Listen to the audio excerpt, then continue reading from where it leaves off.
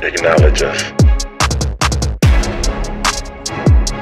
We told y'all boys, levels to this. AM Sports Media, acknowledge us. #1 boxing podcast out there. Ain't no one doing it better. Debating, film study, documentaries, we do it all. Name another channel that can do that. Acknowledge us. Levels to this.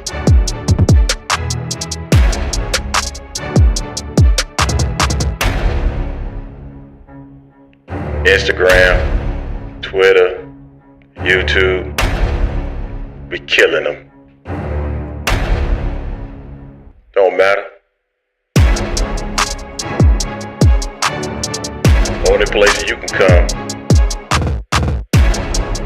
and debate. Ain't gotta be worried about getting kicked out.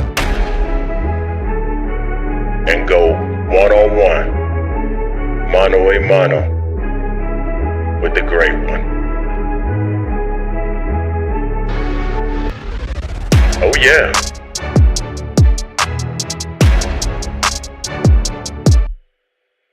Be ready for it. Levels to this.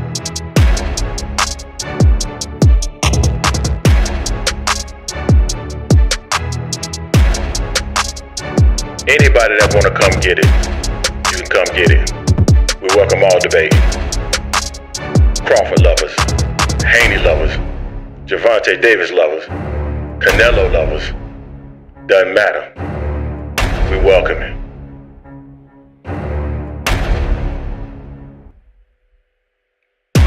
Live streams every fork. Discord, come get it. Y'all boys ain't ready. AM Sports Media, where legends are born. So are y'all ready? I'm ready. Let's get the show started.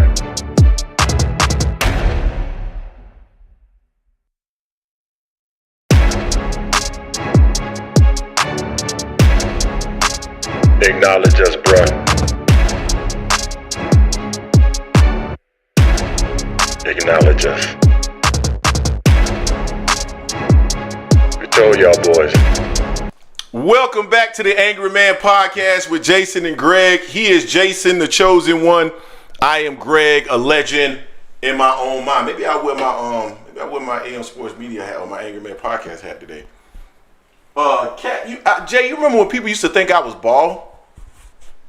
People thought I was bald because we just wore caps. They were like, man, you're bald. Nah, man, I'm not bald. I got plenty of hair, man, and I'm cute too. Shit. We got 31 people in the building, but only 11 likes. Make sure you smash the like button so that other people can find this content. Make sure you smash the like button. Smash the like button. Smash the like button. Jay, what's going on, man? Not much, man. Not much. Kind of enjoyed a hell of a fight. Main event, rather. Hell of a main event last night. Or yesterday, right? No, it was last night. Went late last night, so hell of a main event. So that was good. I'm assuming that's where you want to start? Yeah. All right. Well, first let's do this. Let's make sure we give people love who support the channel. Rock Dog Interactive. If you need anything relative to website design, logo design, reach out to Rock Dog Interactive. And then finally, the Nas Vodka, www.thedodgevodka.com. The best tasting vodka that's currently out there. African-American owned, out of Jacksonville, Florida. So make sure you go support www.thedodgevodka.com. Got that kiwi taste. Tastes good mixed or it tastes good straight. Make sure you go check them out. All right, Jay. Yeah, so I'm ready to jump in where you want to jump in at. Yeah, let's see here. Looks like we got Big Supreme in the building, Barbara D, John Mack, King KO, Peace Be Free, Dragon Assassins, Mont Tucker. What up, y'all? So What's going on, like everybody? before Before we jump in there, man, let me apologize right now to anyone that I may offend today. I know there's some sensitive people. You've named a couple of people that, or at least one person I know that's currently in the chat that's sensitive as hell. So let me make sure I apologize in advance for anyone that I might offend. 2 cents, what happening? What's going on, 2 Cent? All right, we can go ahead and get started now. I'm ready. Yeah, since everyone talking about it, and it's the biggest thing on here. So last night we had an undisputed 175-pound fight between Artur Beterbiev and Dmitry Bivol, which we had said all along it was a close fight, 50-50, and it turned out to be a 50-50 fight, a legitimate 50-50 fight that we watched last night. Went all 12 rounds. Beterbiev got the decision. 2 cards were for him. One was 8-4, one was 7-5. Then the other card was a draw, 114. And people started saying it was a robbery. They said it was a close fight, but they said it was a robbery. I don't understand how it can be a close fight and be a robbery at the same time. Now, I'm on record. I picked Bivol to win by UD because I didn't think anywhere in hell this fight would go the distance and Beterbiev would win it. Because I thought Bivol was just going to outbox him, which Bivol did do. He outboxed Beterbiev most of the fight. But to me, Beterbiev won that fight 7-5 because Bivol died and gassed out in the last 3 rounds. He was on his bike. He really wasn't throwing punches. Now, what he was doing in the first 6-7 rounds, that was beautiful work. Beautiful work he was doing for the most of the first minute and a half, 2 minutes of the round, and then he'll start getting defensive, and then you start seeing Beterbiev start putting pressure on him, and he actually Beterbiev hurt him a few times as well. But it was a close fight. I wouldn't have been mad if it had been a draw. I wouldn't have been mad if it would have been 7-5 for Bivol, and the fact that it was 7-5 for Beterbiev, I'm okay with that. I'm not okay with the 8-4. And some people are saying that it was like pretty much it was just easily Bivol just outboxed him the whole fight. He didn't outbox him the whole fight. It kind of reminded me of like the Tito Trinidad and Oscar De La Hoya. When De La Hoya thought he had the fight in the bag, he just stopped fighting. It's like he stopped fighting the last 3 rounds. And Bivol really was on his back foot a lot the last 3 rounds. But I wouldn't have been mad and been saying it was a robbery if Bivol had got it. I lost money because I bet for Bivol and I picked Bivol. You picked Beterbiev. So, I mean, I'm not agreeing with people saying it was a robbery at all. I want to see a rematch, though. What's your take on that fight? Number one, my take is I'm back in the win column. I got this fight right. And what's so interesting about what, and that's really not a big deal, Jay, because fights can go either way. And that's why I try to tell people on here who pretend as though they get fights right all the time. Just because you get a fight right doesn't mean that you know any more about boxing than anyone else. That's number one. Number two, the whole notion about this being a robbery absolutely made no sense to me. And shout out to everybody that was in the Discord with us yesterday that was judging the fight. We all it seems like every big fight we go to the Discord. If we're not live, we go to the Discord and we all are in there just kind of giving the rounds, right? Like kind of judging the fight. The only person that didn't make any sense in there last night was I.A. Hardem. Like his judging, his scoring was crazy. It made no sense to me. But I respected everybody else's scoring that was in there. Lil J, ASVP TV, myself, you. There was a few more people in there that was judging that fight. The fight was close. How the hell can you say it was like after 11 rounds, ASVP TV had it at 6-5. He gave the last round to Bivol and said it was a 7-5 fight. Well, if it's that close, how can you then say it was a robbery? After 11 rounds, you got it 6-5. It's not a robbery because some of those rounds are close. Personally, going into the 10th round, I had it 5-4 Bivol. Bivol lost rounds 10, 11, and 12. Bivol did absolutely nothing in round 10. In round 11, he had maybe a 20-second stint where he was like getting off, but all that stuff wasn't landing. The rest of the time, he was moving. And a few times he looked stunned, even though he didn't get hit with anything flush. So I saw, shout out to Brian S., who's my guy, who said that but Bivol landed the cleaner shots. Well, if that's the case, why was Bivol always looking like he was stunned? Like literally looked stunned on several occasions during the fight. So, you know, it was a close fight. If Bivol had won that fight 7-5, I would have been cool with it. If it would have been a draw, I would have been cool with it. I wasn't cool with 8-4. Like whoever had it 8-4, man, is doing something.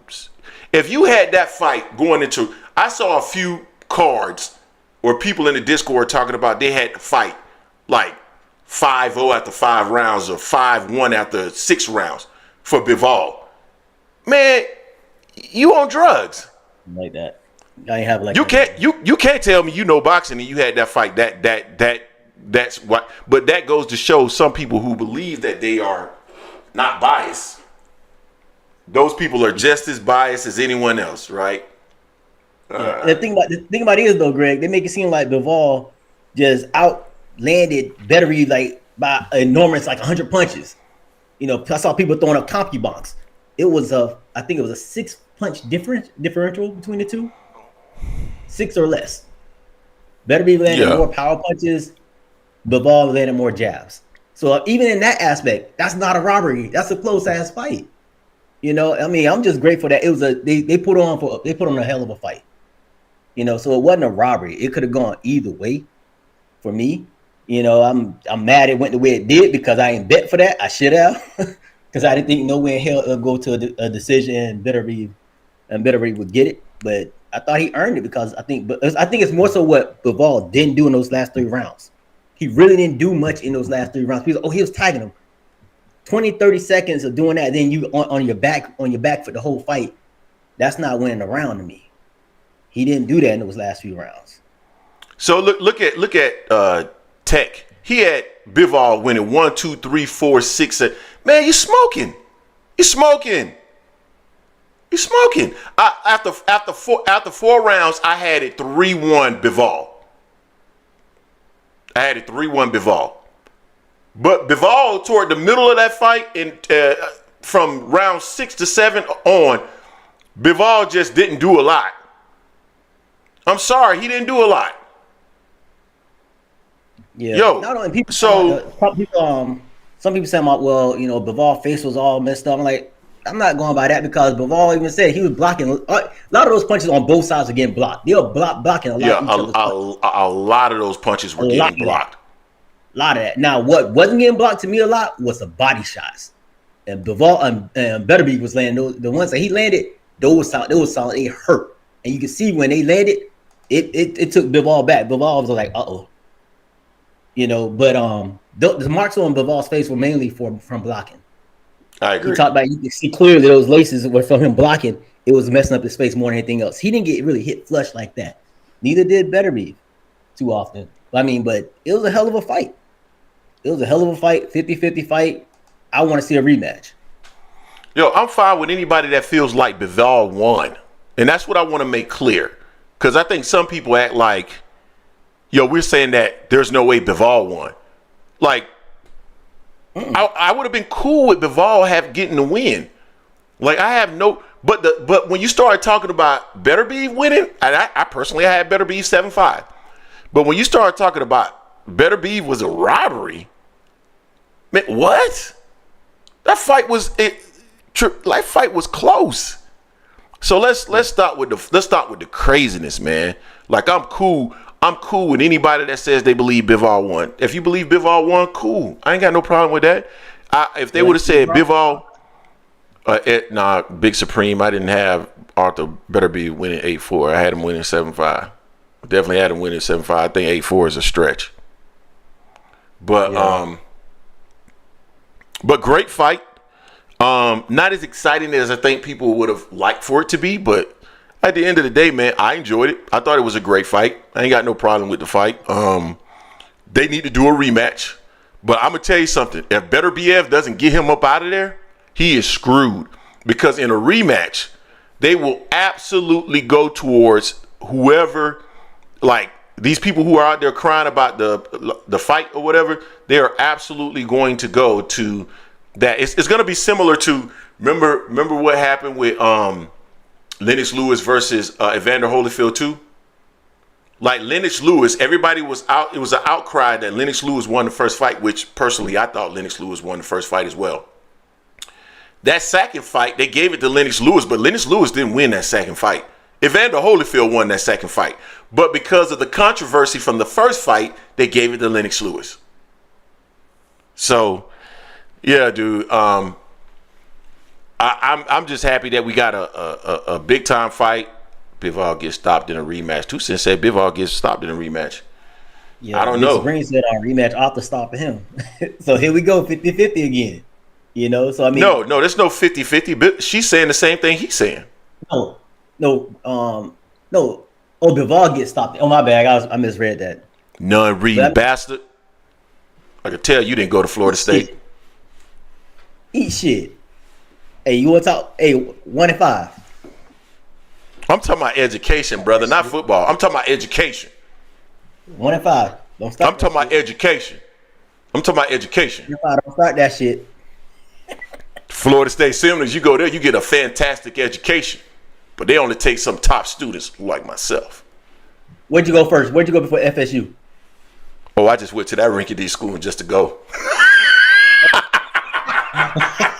Hey, yeah. I could have went straight to Florida State. Coulda, shoulda, woulda. Where'd you go? Where'd you go to school? Doesn't matter. No, answer the damn question. You see it right back there. I went to Florida A&M and Florida State. I want you to say the shit. You talk about you won't say nothing about no strike again. Hey. You shit. Hey, so what? You see it back there? I went to Florida A&M and Florida State, and I was a master at both of them. Shit. And what's your point? All you do is you gotta get good at FSU. Oh, not saying shit about what you got at film. Hey, hold up. Who do you talk? What did you graduate from? Did you walk across the stage that night? Okay, talk about them then. I went to USF. Talk about them. I went to FAM first. USF got a terrible educational system. I mean, it's just that we send the degenerates to USF from Florida. That's why I saw you there so much. You ain't never see me at no damn USF. You ain't never saw me at USF.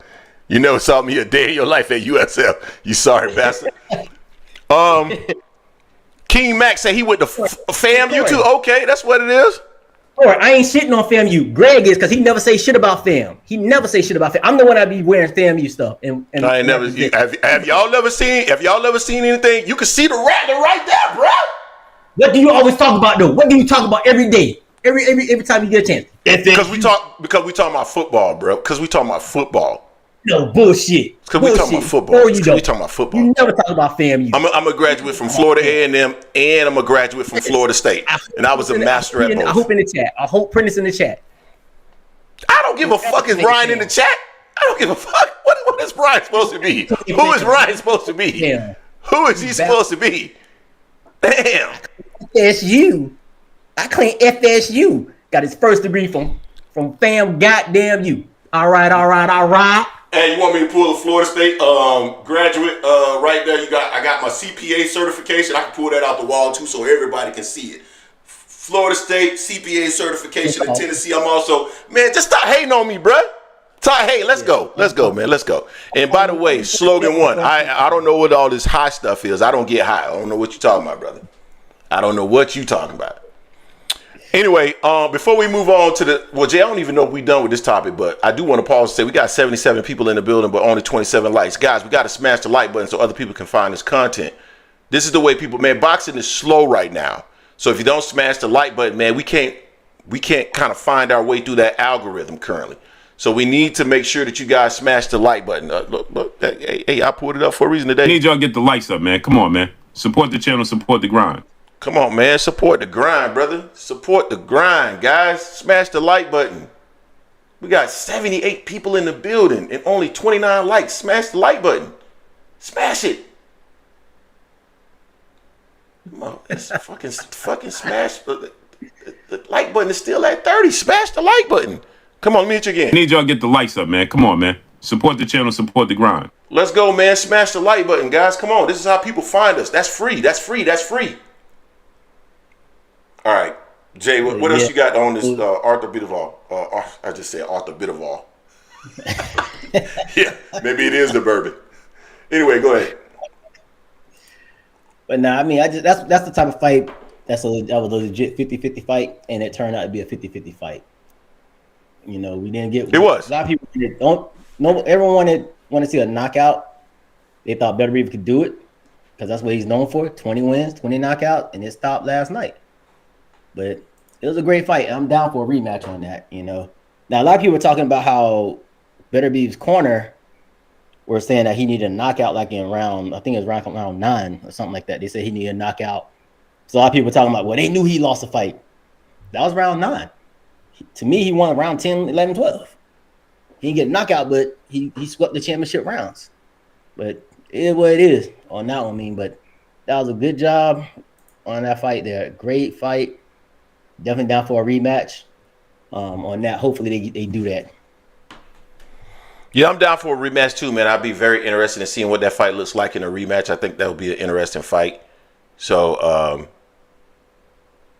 Joey say, I like Greg. Good job, guy. I appreciate it, man. I try to do as much as I can for the channel. Thank you, sir. No, I'm definitely down to see a rematch there. I want to see a rematch ASAP. Because Bivol, honestly, he put on a good enough performance where, like, again, he could have won the fight. So yeah, we got to see a rematch for sure. So I'll be interested in seeing that, and I hope it does happen. Say that again. He put some nice combination together. He put some nice combination together early in that fight, and I was like, "Oh, he's catching him. He's going to catch him that left hook." But Beterbiev he kept his hand up to avoid a left hook. I wish someone else could watch this fight and see how to avoid a left hook as well. You know, that'll help their career once they return back to boxing. No, but Bivol is a better fighter than that guy you're talking about. So, 100% better fighter. Yeah, 1,000%. You know, but yeah. Also, I know you didn't watch the other card. I saw some of them. Ben Whittaker. People saying he quit. I agree with him. Where I didn't see that fight. Over top rope. It was he was struggling with that fight. You know, all the showboating he did against lower level competition that has come to an end for the most part. Now he started. Hold on. Who's the guy again? Ben Whittaker. He's the one that he's the 175 pounder. Yeah, I know. I'm pretty sure I know who you're talking about. I'm sorry. I'm looking him up real quick. He has. Yeah. This is a little dude. This is a little dude that always be all that stuff right there. Yeah, I know exactly. I've seen him plenty of times. He's doing that against D-level fighters. Now he's fighting like C-level, B- fighters, and he's not going to do that. Sorry, I just pulled it up on my screen so I can see it real quick. Go ahead. I'm looking at it right now, but go ahead. So it's that round. The guy leaned up against. He was against the rope. Guy leaned up on him, and it's almost looked like he pulled him over, so they both fell over. You know me. Everyone knows I've had knee surgery. You always crack jokes. I've had ACLs done on both my knees. Do you even have ACLs? You get one ACL on each knee. Yeah, but man, you done torn yours so many times. I'm like, do you have an ACL? It ain't mine. It's somebody else's, but it's in my knee. It works. There you go. Anyway, I got artificial ACL. Yeah, that's what they put in there now. Jackass. Put in rubber bands. So you a basketball player. That's actually what they kind of do a little bit, but I used to play basketball. I don't do nothing right now. I can't even basketball. So tell me this in chat. Tell me this: if you sprain your ankle really bad, do you take your foot out? Do you take the shoe off, or do you tighten that shoe up until you keep the? If you sprain your ankle and you're trying to continue, you keep the shoe on. Yeah, right. But when you take it off, you elevate it swells. It swells. Right? Yeah, it's gonna swell as soon as you take it off. Yeah. So when Whittaker went out, his foot didn't hit anything. When I looked, they showed like 3 or 4 different angles. His foot didn't hit anything. Now the back of the way his leg hit, like it could have been like his knee. So I was like, okay, it could have been his knee. No, he said it was ankle. They took the shoe off. Oh, he tripping, bro. He tripping. Like in this fight, I would have believed more so that his shoulder. I'm looking at it when he just flipped out of the ring. I'm sorry, I'm just now looking at it. I would have believed him hurting his shoulder, but not his leg. I could see his leg because the way he went over, the impact of his right leg hitting the apron at the knee area, that looked like that could have hurt his knee. Man, no. That's the only thing. But the ankle is nowhere near this. He claimed about his ankle, so they put him in a wheelchair, wheeled him out with his shoe off. No okay, I'm ice, looking at the no slow-mo now. Nothing. Hold on, I'm looking at the slow-mo now. Okay, then like they slow down when he hit the ropes. He comes out, he hits his. Oh yeah, I can see maybe how his right knee would have gotten hurt. Yeah, I can see that. Maybe slightly, but yeah, not the ankle. But maybe, and even I'm talking about it hit the back side of his knee. So if that was sharp, I could have seen how he could have hurt that. But even that, the impact wasn't that hard.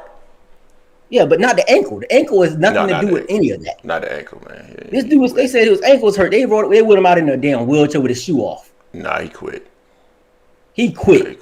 He quit. Dude quit, man. I was just like, damn. I agree. And like a lot of people that are fans, they want to see him step up and see what he'll do against other fighters. They're like, nah, we don't want to see this anymore. Yeah, even a lower back injury. But an ankle? You're reaching on that. So I don't know what he's gonna do next from here. You know, since he got that. I don't even remember what the decision was. I don't know if he went to a technical and he won by decision or it was a draw. I don't remember because I was just that disenchanted with it. It was just like nah.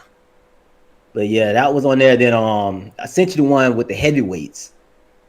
With it was a rematch, and Buddy got a dent in his head. He got put to sleep. Yeah, I saw that. I didn't actually watch that, but I saw the dent in his head, bro. This looked like it was a dent, and all this was kind of pushed to the side. Yeah, it's like when he got hit and he dropped on the side, he was leaning on the rope. The rope was holding him. I thought he was taking a knee until they zoomed in. His face was all distorted, like he had a stroke. Almost. That's how it was. Because they say he broke his jaw. It looked like it. That shit. Now see, that's what Tim Bradley was having jokes talking about. Yeah, he could be taken for assault and battery for what old boy did to him. I mean, that shit was ugly, man. That shit was scary. That was a hell of a KO right there. It was a rematch too, so I thought it was gonna go the distance or a little bit further than this. I think that was like round 2, and that happened there. But that was a hell of a knockout right there. Hell of a knockout like that. Like, yeah, big experience. I don't think he's gonna be the same neither. After that. That was. Who we talking about? Clark. Clark, yeah. Yeah. Yeah. I didn't see that one. I tuned in for the main event. I have other stuff I gotta do, man. I can't watch a card, man. Oh, Big Horn, that was round 1. Damn. I thought it was round 2. But yeah, when he got hit, man, he took that knee. It wasn't voluntary knee. It was involuntary because he was knocked out pretty much on that knee like that. And the rope was holding him up. But it was kind of foul what the zone was doing also because they charged people for it. It was a pay-per-view order. They said earlier it was going to be with your subscription. So the zone was. Because I didn't pay for that shit. No, the main event. The main event was on ESPN Plus. Oh, okay. Oh, so to see those fights, I would have had to pay for them. You had to pay extra $20 to see that. I wasn't gonna do that. Although they said before it was free with your subscription. No, I wasn't gonna see that. I would have never seen those fights because I wasn't gonna pay for that. Mm-mm. Yeah. Mm-mm. So it was. And unlike some people I know, some people that I see right there in the chat in the Discord, we don't steal fights over here. We pay for everything we watch. Jason had to pay that in $19.99. His sorry ass. Somebody had to record on it and watch it. It wasn't gonna be me. You know how we do it. If it's something like that, one of us gonna pay for it, not both. And more than likely it has to be you, because I'm not gonna do it. Hell, man, man, I'm the technical guru over here. You the boxing analyst. I'm the technical guru, right? That's the reason why we work. They be trying to get mad at me because I don't know every boxer's name, Jay. I'm not here to know every boxer's name. I'm here to piss everybody off. Big Supreme said old boy was on the real snack, not the Devin Haney version. Who? I think it was what's the name of the dude that not Fabril? I think that was his name. Peace be free said we broke. I think probably saying something about you, talking about paying that $20 some shit. Dragon Assassin Official. What does a smiley face, fire, and dragon mean? Because you do that a lot. I see fire and dragon. I know because Zach said that what happened to Clark happens when you break your jaw right, where the joint is connected to the skull. Zach said he had his broken, it healed up fine, but he still got a dent there. Man, fuck you, Jason.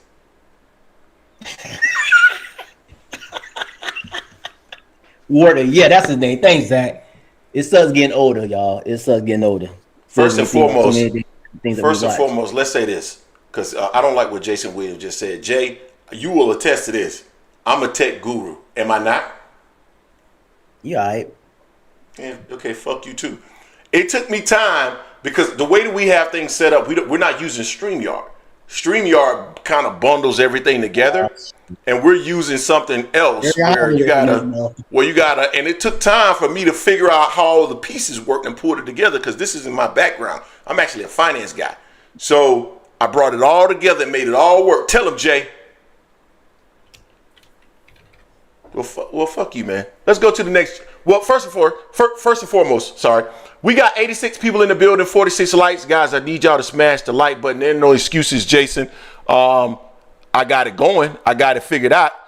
I need y'all to smash the like button, man. I'm gonna play this like for the next 3 minutes. I swear I will. I need y'all to get the likes up, man. Come on, man. Support the channel, support the grind. Come on, man. Smash the like button, man. I'm telling y'all, boxing slow right now. We need y'all to smash the like button so we can compete with the big boys out there, like the size and the and all them dudes right there. We need to we need to be able to, I'm not gonna say their names, but I need for y'all to smash the like button so we can compete with those guys. We trying to get as big as those guys. Am I lying, Jason? We trying to get as big as them. Right now we at 18,200 or so. We trying to get as big as them. Smash the like button, support the channel. By the end of the year. This is the only place where you can come on here and tell me that I look high, or that I'm a narcissist, or that I'm an asshole. I've heard them all. This is the only place you can come on here and say all those things and not get blocked. So make sure you guys smash the like button and support the channel. One dude came on here, called me a house husband, and swear to God, oh, that's what I wanted to say. Jason Williams, you in the building. No, I think I asked Jason Williams this, right? I did ask him this. He said that I wanted to block him. That's what he said. He said I wanted to block him. That's what he said. I did want to block you too because you were an asshole. Anyway, let's keep going, Jay. Yeah, so also during this week also we had big news with David Benavidez and David Morrell is going to be the next fight for those two gentlemen. Rumored to be January. David Benavidez dropped it, said that's his next fight. I'm happy about that. I'm happy it's actually official from him now because he's like, no, not yet. You know, Sam said, no, I don't believe none of that stuff there. It's supposed to be Jesse Hart in November, December, and Jesse Hart like, who, me? I ain't get no information on that. So now this is a great fight. I respect David Benavidez even more. People clown him, talking about, oh, well, he could have had a Canelo fight 3-4 years ago if he hadn't lost it on the scales or hadn't been doing whatever outside of the ring. It didn't happen. He said, forget Canelo. He's going to keep his career going. So him fighting the most dangerous person out other than the two gentlemen that fought yesterday at that weight division is big for David Benavidez. He didn't have to because he's next in line to get a title shot. He could have taken a fight with Jesse Hart. Instead, he's like, you know what? I'm going to give the fans what they want to see. They want to see me in the best fights out there. I respect that. I respect the way he's moving right now. I want to see him continue to do well. I respect David Morrell for taking this fight as well because this is not an easy fight for him either. So this is what's up. We're going to have a banger beginning of the year. What's your thoughts on that? David versus David. First of all, let me say shout out to Zach B, $5, making sure that the super chat working. LOL, the super chat does work. So if you want to hit us with a super chat, we would appreciate it. It does support the channel. And if you want to become a member, $2.99 a month, that also helps to support the channel. Man, I'm excited about the fight because here's what's happening, Jay. I've always been a believer that an old lion should be willing to fight a young lion. Now, at the end of the day, David Benavidez is a still relatively young lion. What is he, 27 years old? And then Morrell is how old? A little younger. So, but that says a lot about David Benavidez. I mean, like some people, unlike some people I know, he is willing to take on the challenge of a young up and coming fighter, and that's important. And that's the way that we see who's the best, and that's the way that torches get passed and all that stuff. So, man, the fight is going to be an amazing fight. I believe that it's going to be a highly entertaining fight because you got a guy that has a lot of power and you got another guy that got, decent power and a hell of a work rate. So it's going to be an interesting fight for sure. And it's going to be interesting from round. I would say there'll probably be a few fill out rounds, right? But I would say from round, let's call it 2/3 on, it's going to be a very entertaining fight. So I can't wait to see it. And personally, and I've told you all this. This is just based off of conversations that I have. I have a hunch. No one has said this. I want to make it clear. No one has told me this. But I do have a strong feeling that, no, you didn't tell me shit. You didn't tell me a motherfucking thing. I got sources that you don't got. And you know this. Ain't that right? Go ahead. I already know what you're going to say. Go ahead and continue. Go ahead and say what I told you. Ain't that right, boy? Go ahead and say your hunch, boy. Ain't that right, boy? Go ahead and say it, boy. You understand that, boy? Anyway. Go ahead and say it. I believe that Errol Spence is going to end up getting, that Errol Spence versus Sebastian Fundora is going to end up getting added to that card, and that's not something you told me. Bullshit. Man, you didn't tell me that, man. What are you talking about? Oh my gosh. Y'all, this dude here, his memory is bad. You didn't tell. Well, first of all, you're not lying about that. My memory sucks. But I remember who told me that, and it wasn't you. Wasn't you? You didn't tell me that. I got that from actually talking to people. I know who you talk to as well. I know you know who I talked to because I told you I talked to them. Yeah, I know that. And I told you before you talked to them about this fight. Yes. Yes. Anyway, go ahead. Continue. Well, first and foremost, maybe you did say something because half the shit I don't listen to because most of it don't make no sense that's coming out of your mouth anyway. Half of it negative, the other half don't make sense. I'm never negative towards you, man. What? Positive. What? It's always positive. Okay. What have I been negative to you? Okay. All right. I'm positive. You ain't shit. There you go. There you go. That's what I'm talking about right now. Anyway, man, what's next, man? What's next? We already almost at the 40-minute mark. Is Tunnel Vision? Oh, my boy, Tunnel Vision is in the building. They should have waited. Let Benavidez get shot at Undisputed, then Morrell at Undisputed. Well, I feel you. Yeah. I feel you. I understand that from a business aspect as well, for sure. But hey, I'm taking this fight. Yeah, I'm taking it as well. I'm taking unapologetically, right? Exactly. Unapologetically. So all right, man. What else we want to cover? So, EJ. Speaking of EJ, Errol Spence joined the truth. So, they're saying it's a done deal with him and Sebastian Fundora. Is the done deal on that, and it may be only for the WBC because he's not ranked in the WBO. Oddly enough, he was ranked in the WBO for 3 months. Like the Tito trainer here. Hey man, something happened with our Twitter thing. Sorry, man, keep going. Something happened with Twitter. You just like trying to throw me off there. I'm not trying to throw you off. It's not saying it's live anymore. Our Twitter should be. I'm sorry. Our Twitter should be live, but I don't see it being live. Keep going. Yeah, so interesting enough, WO said it'll be a voluntary defense for Fundora if he fights someone within the top 15.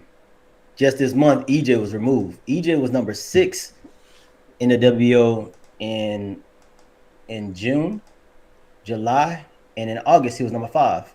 Now, so interesting enough, he's no longer ranked in the WO, and they're saying this. So we'll see what they're going to do with that. If they're going to strip Fundora and he'll just have the WBC to fight against EJ or what. But I found that kind of interesting. But we talked about how sanctioning bodies partner up with certain fighters and also partner up with certain promotional companies at times to help each other out. This is known fact, easily on all facets of it. So threw me off. I started reading what people almost said. It's the small hat grave. Okay. All right. Okay. Jason Williams, Korea. All right. Okay. NHA 2. Yes, he has. EJ was ranked at 154. He was ranked number 6 and number 5. Yeah, he just was. until this month. You can go on the website and you can go back to. They allow you to go by each month. Not this month. I think it's September. September. Yeah, September. He was taken out. August, June, and July. He was in there. Yeah, he was definitely in there. And I don't know, man. Some people got upset with me because I said it feels like it's somewhat of a conspiracy in regards to Errol Spence being moved out of the WBO rankings, which doesn't make a whole lot of sense. I mean, he's a unified champion at 147 pounds. If he were to fight Sebastian Fundora and win that fight, that sets Terence Crawford up for another big-time fight where he's going to unify the titles. And you have another name, right? Because if Errol Spence looks good, of course, it's not going to do 650, 700,000 pay-per-view buys. But if he looks good, people would be more interested. I mean, there's a ton of Errol Spence fans that are going to come back to the table and say, "I told you EJ was weight drain, ribs, whatever. It wasn't the same EJ that we are normally seeing." So why block it? And people get mad at me because I said that I believe if it's being blocked, that it's coming from Turkey Al-Sheikh, and they're talking about, you're creating narratives. No, I'm giving my opinion. This platform is for giving opinions. I don't know what it is that people don't understand about that.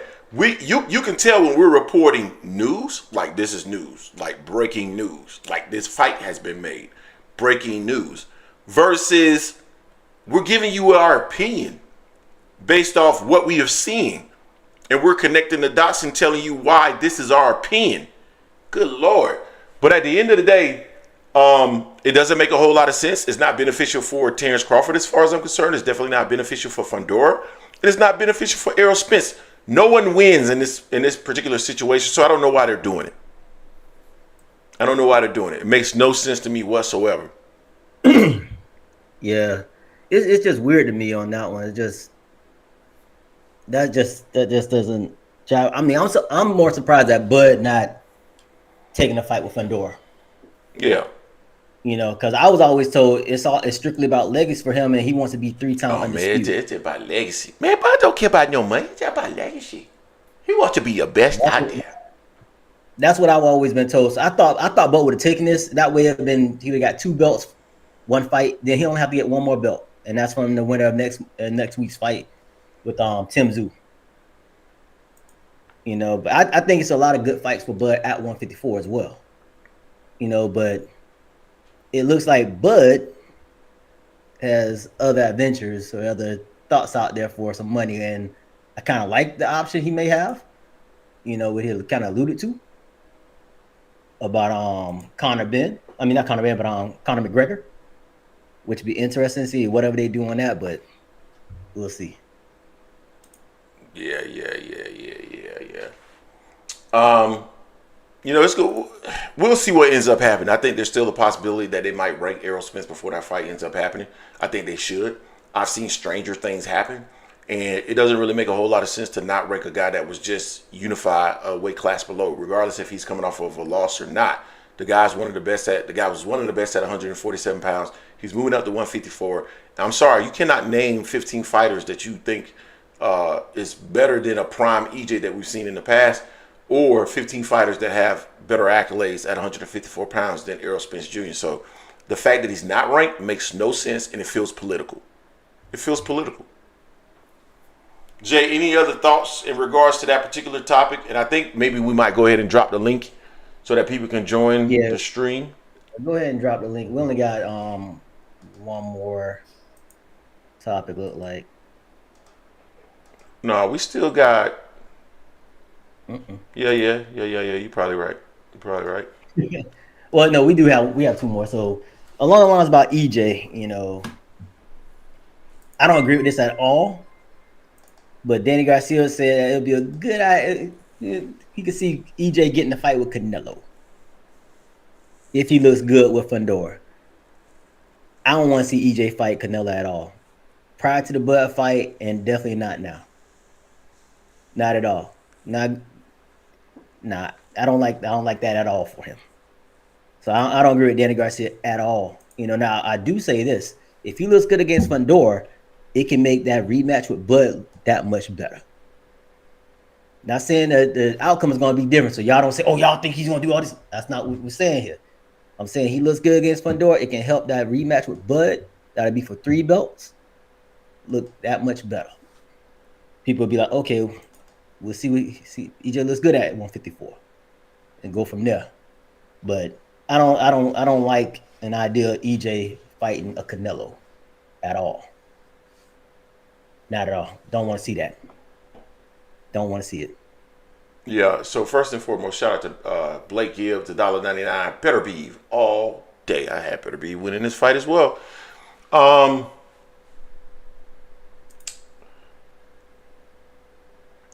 Errol Spence should not move up to 168 pounds and fight Canelo Alvarez. It's not a great idea. I hold it very similar to what I've said about Crawford in regards to moving up. I think that's too big of a jump. I also think it's a situation where you're jumping up and skipping the line of folks who should be getting the opportunity to face Canelo Alvarez, who are already at 168 pounds and put in work.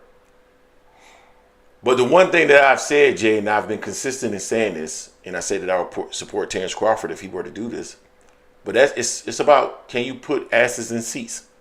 You get to skip the line when you put asses in seats. Hell, I believe Gervonta Davis would get an opportunity to fight Canelo Alvarez if he chose to move up to 168 because he puts asses in seats. And that's what's important. And so in situations like that, I support it. Similarly, I say that Terrence Crawford sold during Riyadh season, where he was set up to do so with Eminem performing, with the fact that he was on the best card in North American history, and he still didn't break 100,000 pay-per-view buys. That's what I've heard.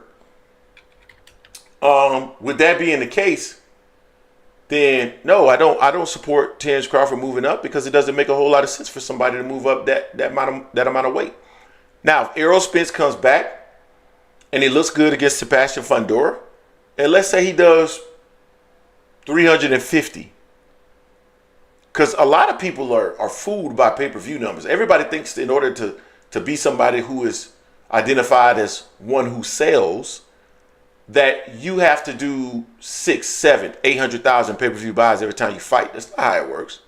Back in the day, there were only a few people that did those kind of numbers. Shout out to Barbara D. Well, don't there talk about Errol and Canelo before Errol and Bud fight? This is not the first time. Yeah, I feel you there, wholeheartedly. And again, I don't think that fight should occur. I think he should go back towards for a rematch with Terrence Crawford. But if he does look good and he does sell, and again, 350 is selling. And again, back in the day, the only people that were selling like 1 million pay-per-view buys were like Manny. And even Manny didn't do it regularly, but Manny was doing over like, 600,000-700,000 buys, that kind of range. Floyd, Oscar, Mike Tyson, those guys, the guys that actually still sold, but were not the super duper stars, but they were still considered stars or superstars. They were selling in the 2s, 3s, 4s.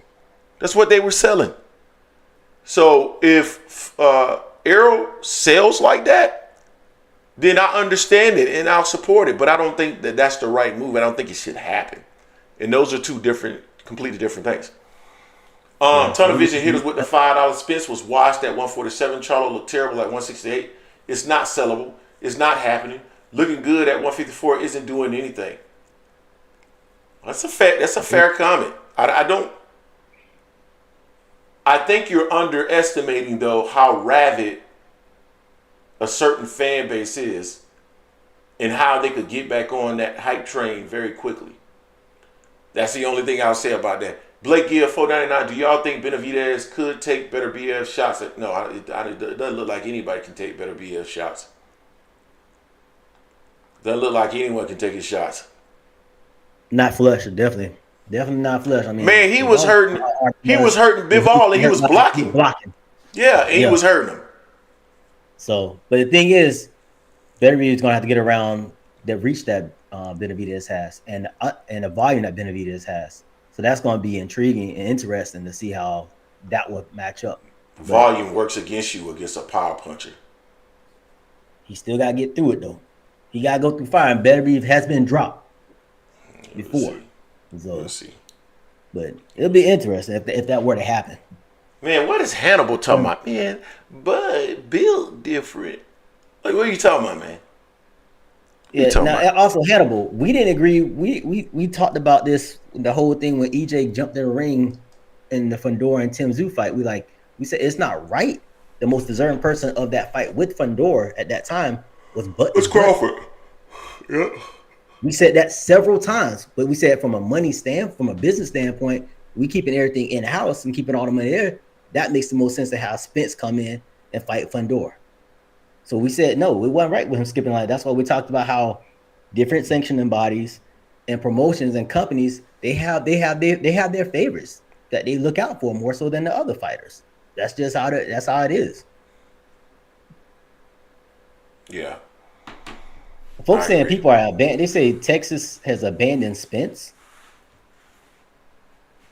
People saying someone said on here that the Spence Fundora fight won't do more than $50K. Impress Sports Channel said anybody sells with Canelo, not Crawford. He don't sell with nobody.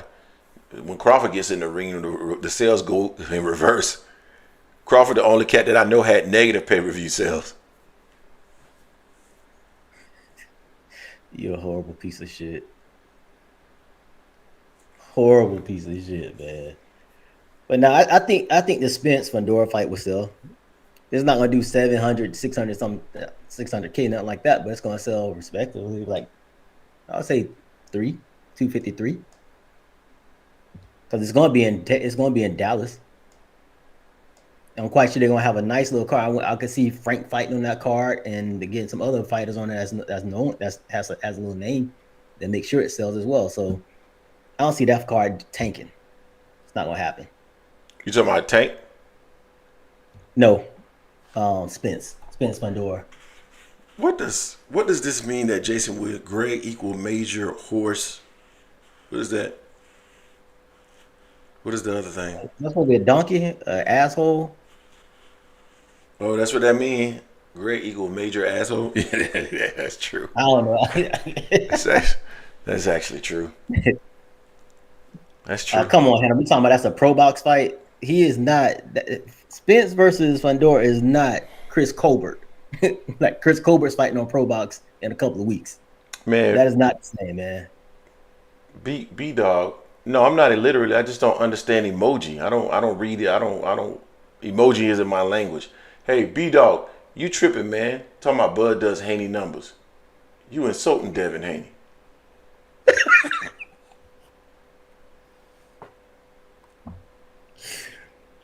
Man, oh man. It's true. It's true. It's damn true. Well, let me open up the phone line. Nobody done joined the link yet. So let me make sure I open up the phone lines. I think we do have one more topic.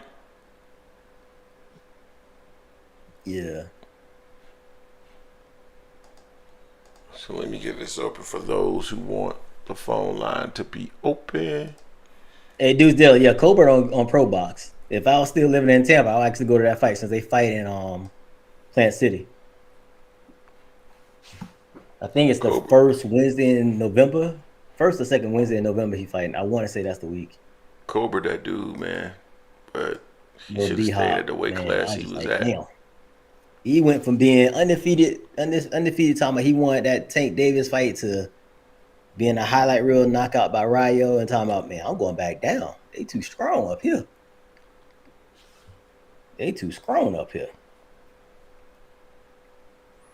Hannibal, those were talks on Colbert's side saying that about Tank. Tank never called out Chris Colbert. Ever mentioned him. Not to my knowledge. And Colbert was at 130. Didn't even have a belt. Agreed. I don't know what they talking about that, man. They talking crazy. Anyway, what's the last topic, man? The last topic. Oh, by the way, phone lines are open. Your favorite fighter, Ryan Garcia, says he's back in training, ready for a Haney rematch and everything. First off, fuck Ryan. Second off, I don't believe nothing he say. Third off, I need to see Devin really putting in work, keeping that right hand up better than what I saw in a prior video that he was doing to get ready for a rematch with him next year. I want to see Devin put him in the dirt. That's what I want to see. I want Devin to do the first time. He ain't do it. So I need Devin for you and your career to get that last vision of us we saw of you out of our minds for a little bit. You gotta get back, gotta get your get back on him. You got to. Because if you don't, it ain't gonna ever sit right for you. Hey, Hannibal, now Ryan didn't do anything right now. But you can't believe nothing that dude says. You really can't. He's all over the place with it. But I know Bill said he had like 48 hours or something like that to sign up, and Ryan ain't doing it. Ryan tweeted something about, how can I? You suing me. So I'm like, if you're saying all that, how are you gonna fight him then? Well, he's talking about when he comes off of, but I think they can still fight. Ryan should sign up for the VADA testing. I don't think Ryan was on anything purposely. My opinion, you can think differently about it as much as you want to. That's the way I view it. But he should sign up for VADA or some type of Olympic testing on an annual basis. That way you can prove once and for all that that's not something you do. You know what I mean? And I think the rematch absolutely needs to happen. And it's more so for I want to see what Devin Haney looks like when he gets back in the ring. I want to see if it was really, quote unquote, the Ostarine. We should prove it. You know, Brian is saying that it wasn't the Ostarine, that he just kicked Devin's ass. Devin is saying that everything was the Ostarine. It didn't have anything to do with anything. The reason why he was able to land the left hand was not because his hand was down, but because he was on the Ostarine. So I'm assuming what Devin is saying is that if he didn't have the Ostarine in the system and he landed on him, he would have just been able to take the punch. Although we've seen Devin hurt by punches before. So I don't know. We'll see. Hey, dude, Matias didn't leave Matchroom. Matchroom left him. Yeah, that's right. He's headlining some card in Puerto Rico. I forgot the name of the company, another promotion company. He's not with Matchroom anymore. They dropped him. Yep. So just like that, the Boogeyman is no longer with a major promotional company real fast. People were saying, laughing, oh, he left PBC, da-da-da. Eddie took him. Good gets to Eddie, and the curse of Eddie catches him. Doesn't look like that was a smart move now, huh? Not at all. Yeah, Hannibal Matias, he got exposed for show. He definitely got exposed for show by Peril. Hey Blake, yeah, the number's still the same. You put the number in the chat, Greg? No, but I can't put it in there right now. Here's the number, because most people usually have it 404-913-02. 873 is the number. Exactly, B dog. They wouldn't have dropped after just one loss. Oops. Chat type something wrong.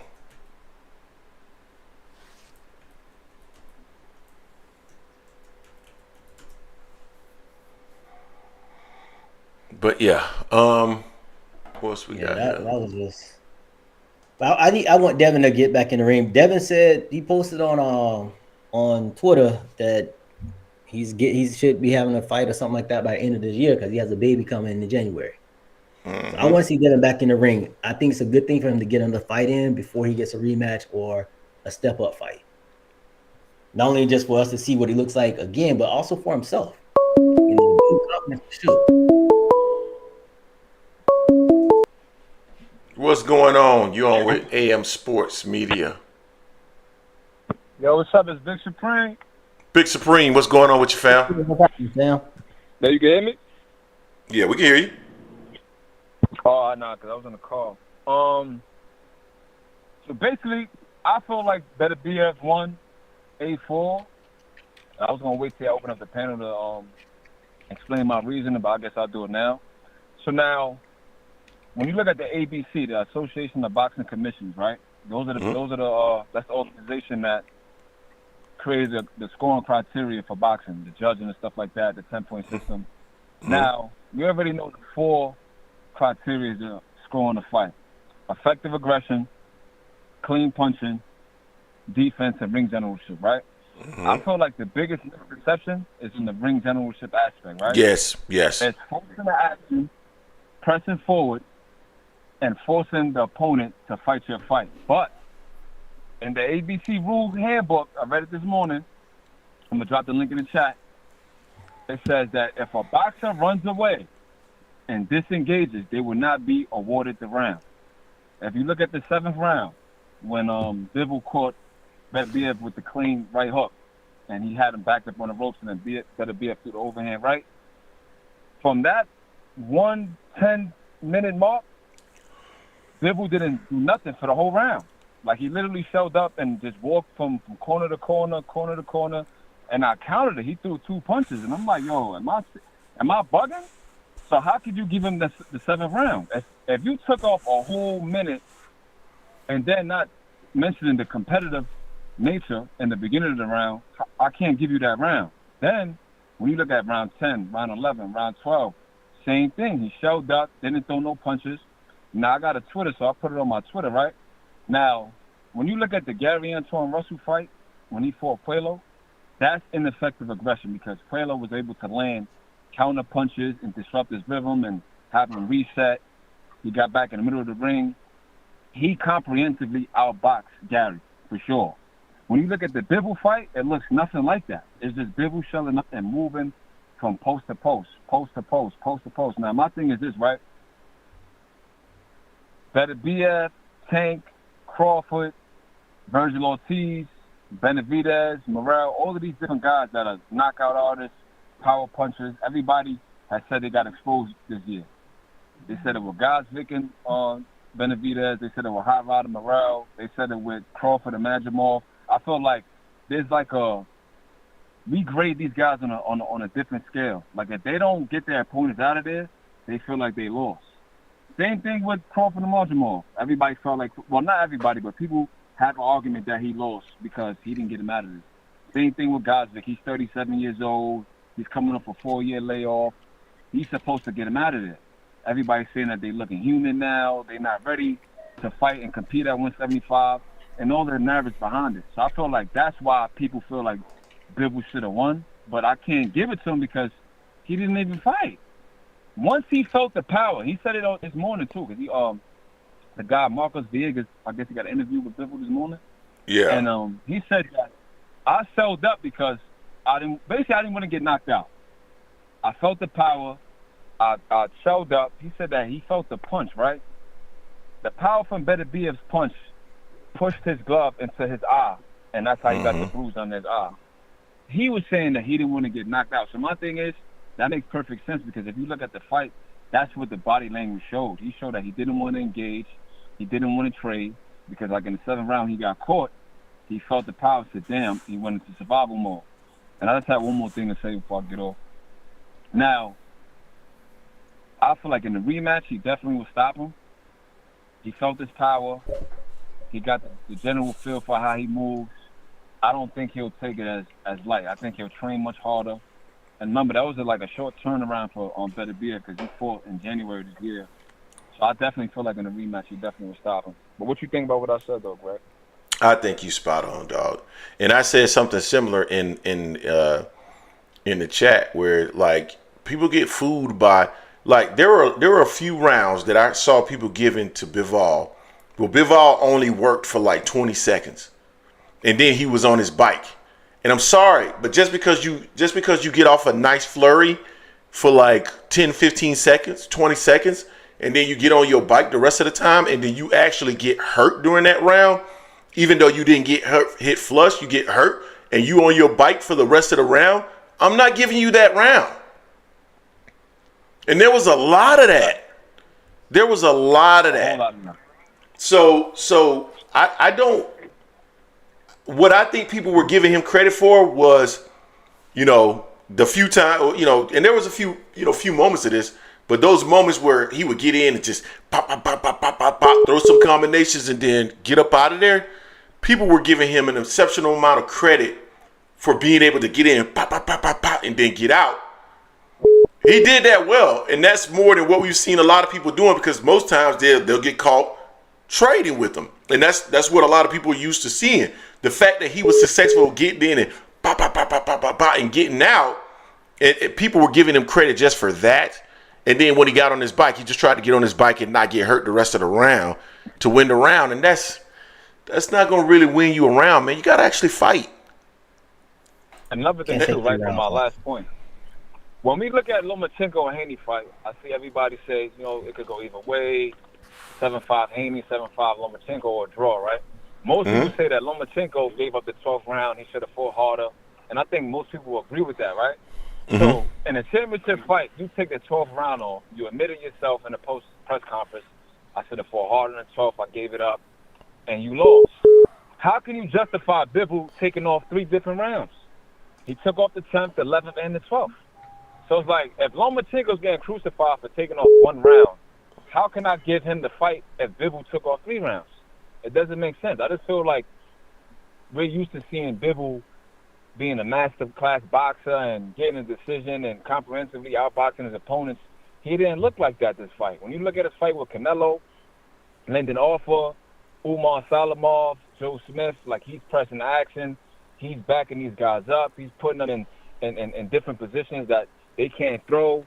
He didn't do that with Beterbiev. So, like, I can't say that he won that fight. I didn't have him win that fight. Because you fought Beterbiev the way he wanted to fight. You threw when he threw. When he started throwing, he started moving. Like, he never stood there and traded. Now, my thing is, he's a power puncher, so I'm not expecting you to stand there and trade and get knocked out. But I'm expecting you to hold your ground and not run for a whole minute into the round. And that's all I got to say, bro.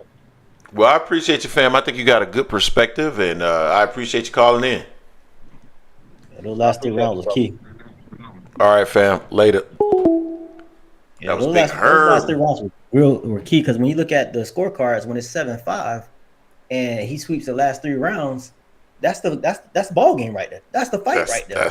That's the way I had it. 5-4 going into the 10th, and he swept rounds 10, 11, and 12 for me. We got Boxing Hacker in the building. Also, I believe we got FSU Walt in the building. What's going on, Walt? What's up, guys? What's going on, Greg? What's going on, Jay? Well, what's happening? I mean, what I just heard, the brother who just called in, I was getting ready to call, and he was saying a lot of things I was saying. You remember I picked Beterbiev to win the fight, and Bivol did better than I thought he was gonna do. But he was doing exactly what you said, Greg. He would do a Katie Taylor, like, wow, and it was flashy and it looked flush, but he didn't hurt him at any time. And then he would just run in the other corner, you know what I'm saying, or run away from him. And it's like a lot of judges are looking at the aggressor, looking at it, and then Beterbiev would win the end of pretty much, not every round, but a lot of the rounds. So I had it close, but I had Beterbiev winning, and I thought Beterbiev looked rusty too. So I'm just thinking they're gonna run that back. They have to, because there's nobody else at 175 right now. You know what I'm saying? So I look at they run it back. Maybe he could pull off a win, and then they make it a trilogy. But I think that if they run it back within a year, I think Beterbiev still wins, because he won't be 41. He won't get even older. You know what I mean? And it's like, to me, that was the only way I thought Bivol would beat him. I thought it was going to be age, because people just think Beterbiev and Tank are just dudes that can just knock you out. They both can fight. Beterbiev can box, man. Remember the Joe Smith fight? How he was on the back foot. He can do things he didn't even show in that fight. You know what I'm saying? So, I have him as one of my favorite fighters. To be honest with you, it's like, but so I heard somebody saying that them dudes could fight and be like a four kings with Benavidez and Morrell. But I don't see Benavidez and Morrell beat neither one of them dudes, brother.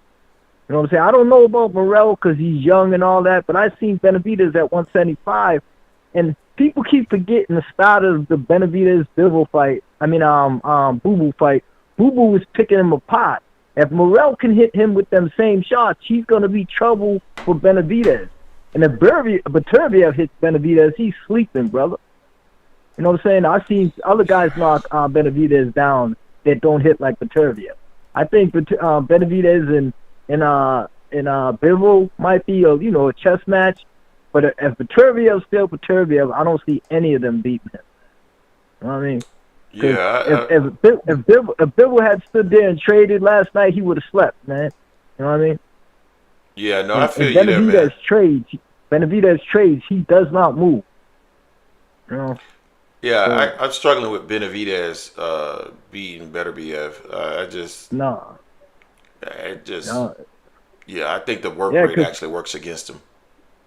And he can't stand there. Benavidez, he stands flat-footed and throws fast punches. Beterbiev moves and throws rockets. And I'd say he'd catch him. I'd say as soon as he catch him, it would be over. Because he'd rock him early and then just, he just take him out with a communal punch. Yep. But I'm ignoring Jason, so just letting you know that. Every time I call the show, I'm gonna act like Jason ain't even behind the screen. You know I am. That's what I do. Right, that's what I do. Well, I gotta be like that. Y'all have a good one, man. All right, Walt. Appreciate you for calling. Yeah. Boxing Hacker, what's going on, man? What's up, guys? How y'all doing? Doing well, man. How are you? Pretty good. Hey, so I watched the fight. I'm okay with the judgment of the fight. I felt like it was really close. I agree. You can hear me? Yeah, we can hear you. Hey, 980, you on with us? Well, he just hung up, so keep going. Yeah, I felt like the fight was pretty close. I think what happened towards the 10th, 11th, 12th, I think Bivol last stood by. I think I'm not in the same opinion with people felt that it was like because like Beterbiev was like a knockout artist. That's why they felt like he might have lost. I think Bivol was more accurate throughout the whole fight, but Beterbiev's work rate was like twice as much as Bivol's. Mm-hmm. And one thing we're going into the fight, I was like a little bit confused. I was like, who's really the better boxer, right? Because on one hand, you look at Bivol, he does the pendulum step really good. He does his lateral movements real good and all that. And Beterbiev, he's also a really good boxer too. He's like a really good boxer puncher. We always consider him just a puncher because he just knocks people the hell out, but he knows how to box really good as well.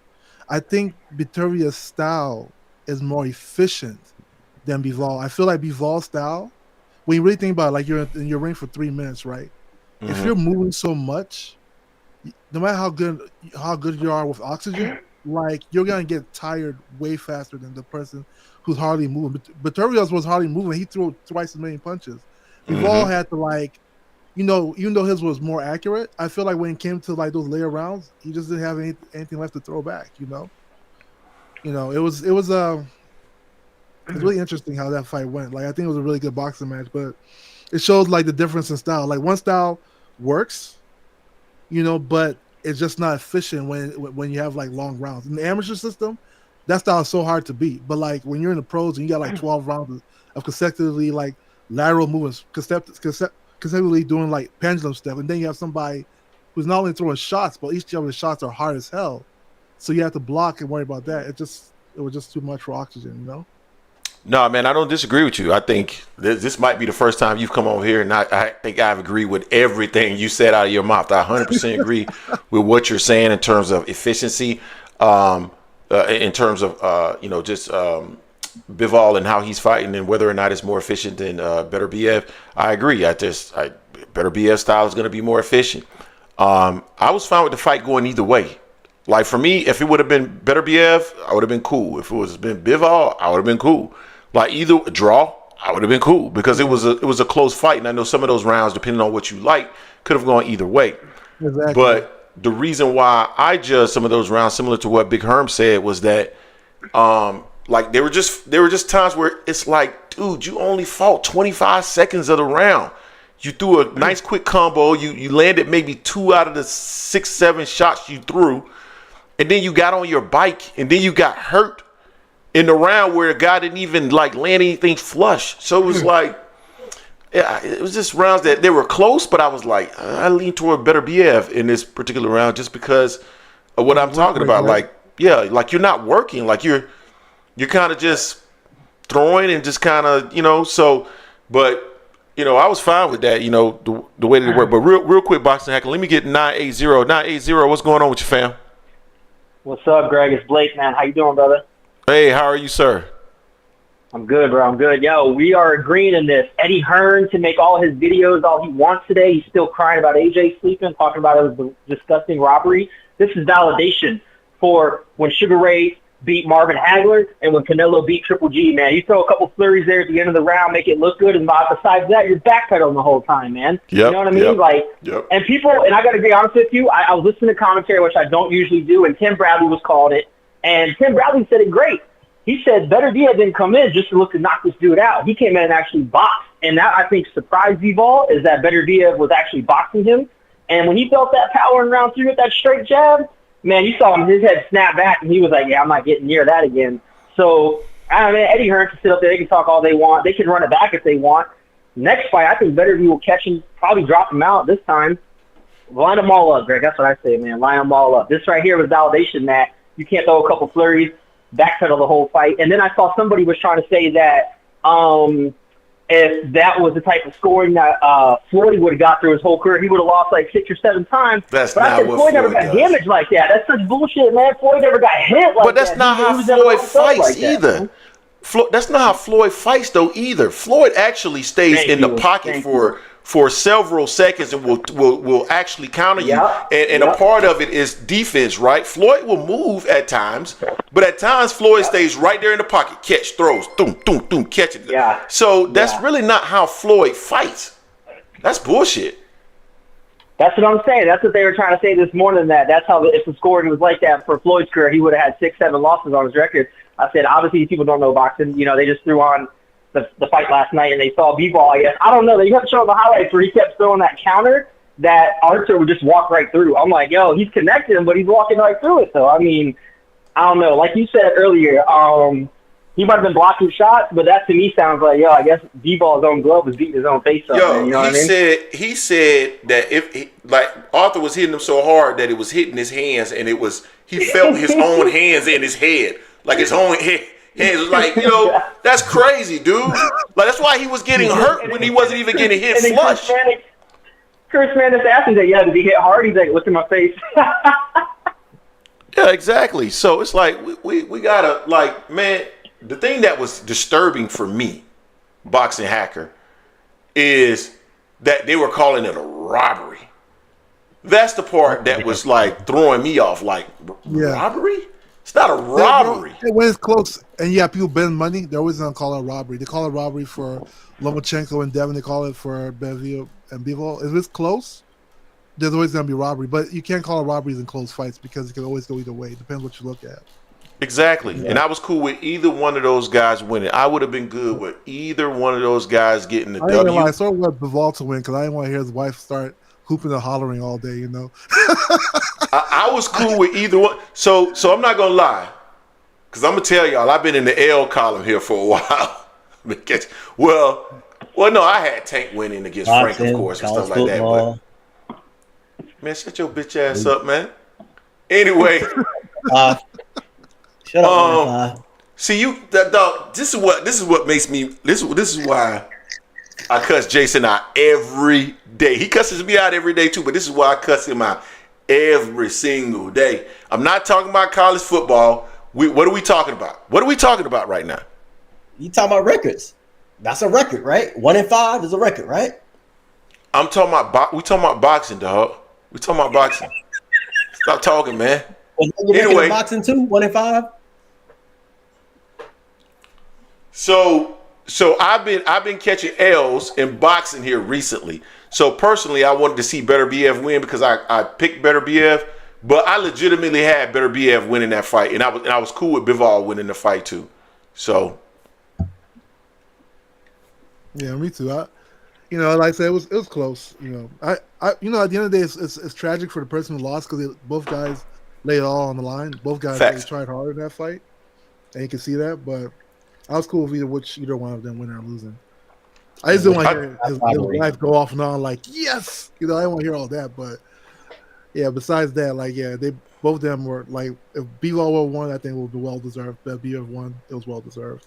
Yeah, Bivol fought I think Bivol fight to the point that FSU Walt made. Bivol fought a great fight. He fought, and the thing about it, and what I liked about what Bivol did, was Bivol let his hands go when he knew he was in a position where the likelihood that he would get countered was minimized. He did a really good job of that. And that allowed him to be aggressive at times while avoiding, catching a big counter shot or trading with him. So in that regard, I really like what Bivol did in his game plan. But that doesn't mean he won. You know what I mean? Yeah, it changed in round 7. Round 7 when he got countered and got kind of hurt, looked like. Yeah, he jumped out his plan a little bit. He tried go toe-to-toe for a hot second, and then he lost the opposition, and that was problems right there as well. Because after 4 rounds, Boxing Hacker and God, I forgot your name, man. 980. What's your name again? Chip? That's Blake. No, Blake. Sorry, Blake. After 4 or 5, I already told everybody I got a shitty memory. So there's no reason to shake your head. My memory is terrible. Yeah. After 98 rounds, you're about to say. Yeah, after 5 rounds, right? What did y'all have it scored? I had Bivol up. I had Bivol up too. I had Bivol up 3-2, right? Yeah. I had Bivol up, I believe 3-2 as well. Yeah. But I think he had a good game plan, but I think when he started feeling the power and then he kept seeing Beterbiev walk forward, I think he was like, holy, I'm in a fight right now. You know what I mean? I think he, like you said, he had a good game plan. He was going to stick, he was going to move. But then, was it round 2 or 3, that straight jab that he just threw out there that, looked like it buckled him when he caught it? After that, I think he felt like, damn, man, this dude hit. Yep. And more yep. Y'all in the comment section, give us your score after 5 rounds. I think everybody had Bivol up. I had it I think after 4 I had it 3-1, and then I think I gave Beterbiev the 5th round, and I think I had it 3-2. And I just started seeing too much trying to throw again the flurries, man. Dude, you gotta actually fight all rounds. You can't just get off for 15, 20 seconds and then think you can be on your bike just kind of blocking and still looking like you're wobbled at times, and that you're gonna get that. Real quick, $2 from Tunnel Vision. Boxing Hacker didn't get the Haney check this week. Ooh, I didn't get the what? The Haney check. What was the Haney check? I don't know. I guess you're a Devin Haney fan. You a Devin Haney fan like that? Yeah, I am. Oh, okay. So you hate when I be talking shit about Devin, huh? Hey, Boxing Hacker, man, I'm actually starting to like you, bro. I hated you at first. I'm actually starting to like you. You starting to grow on me like Jason Williams. Oh man, Tell me this: up to 9 rounds, What did y'all have it at nine after the end of the ninth round? At the end of the ninth round for me, I had it still have 5-4 Bivol winning. Bivol.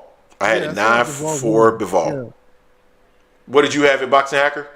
I think like you're 5-4, 6-3 somewhere. I had Bivol winning.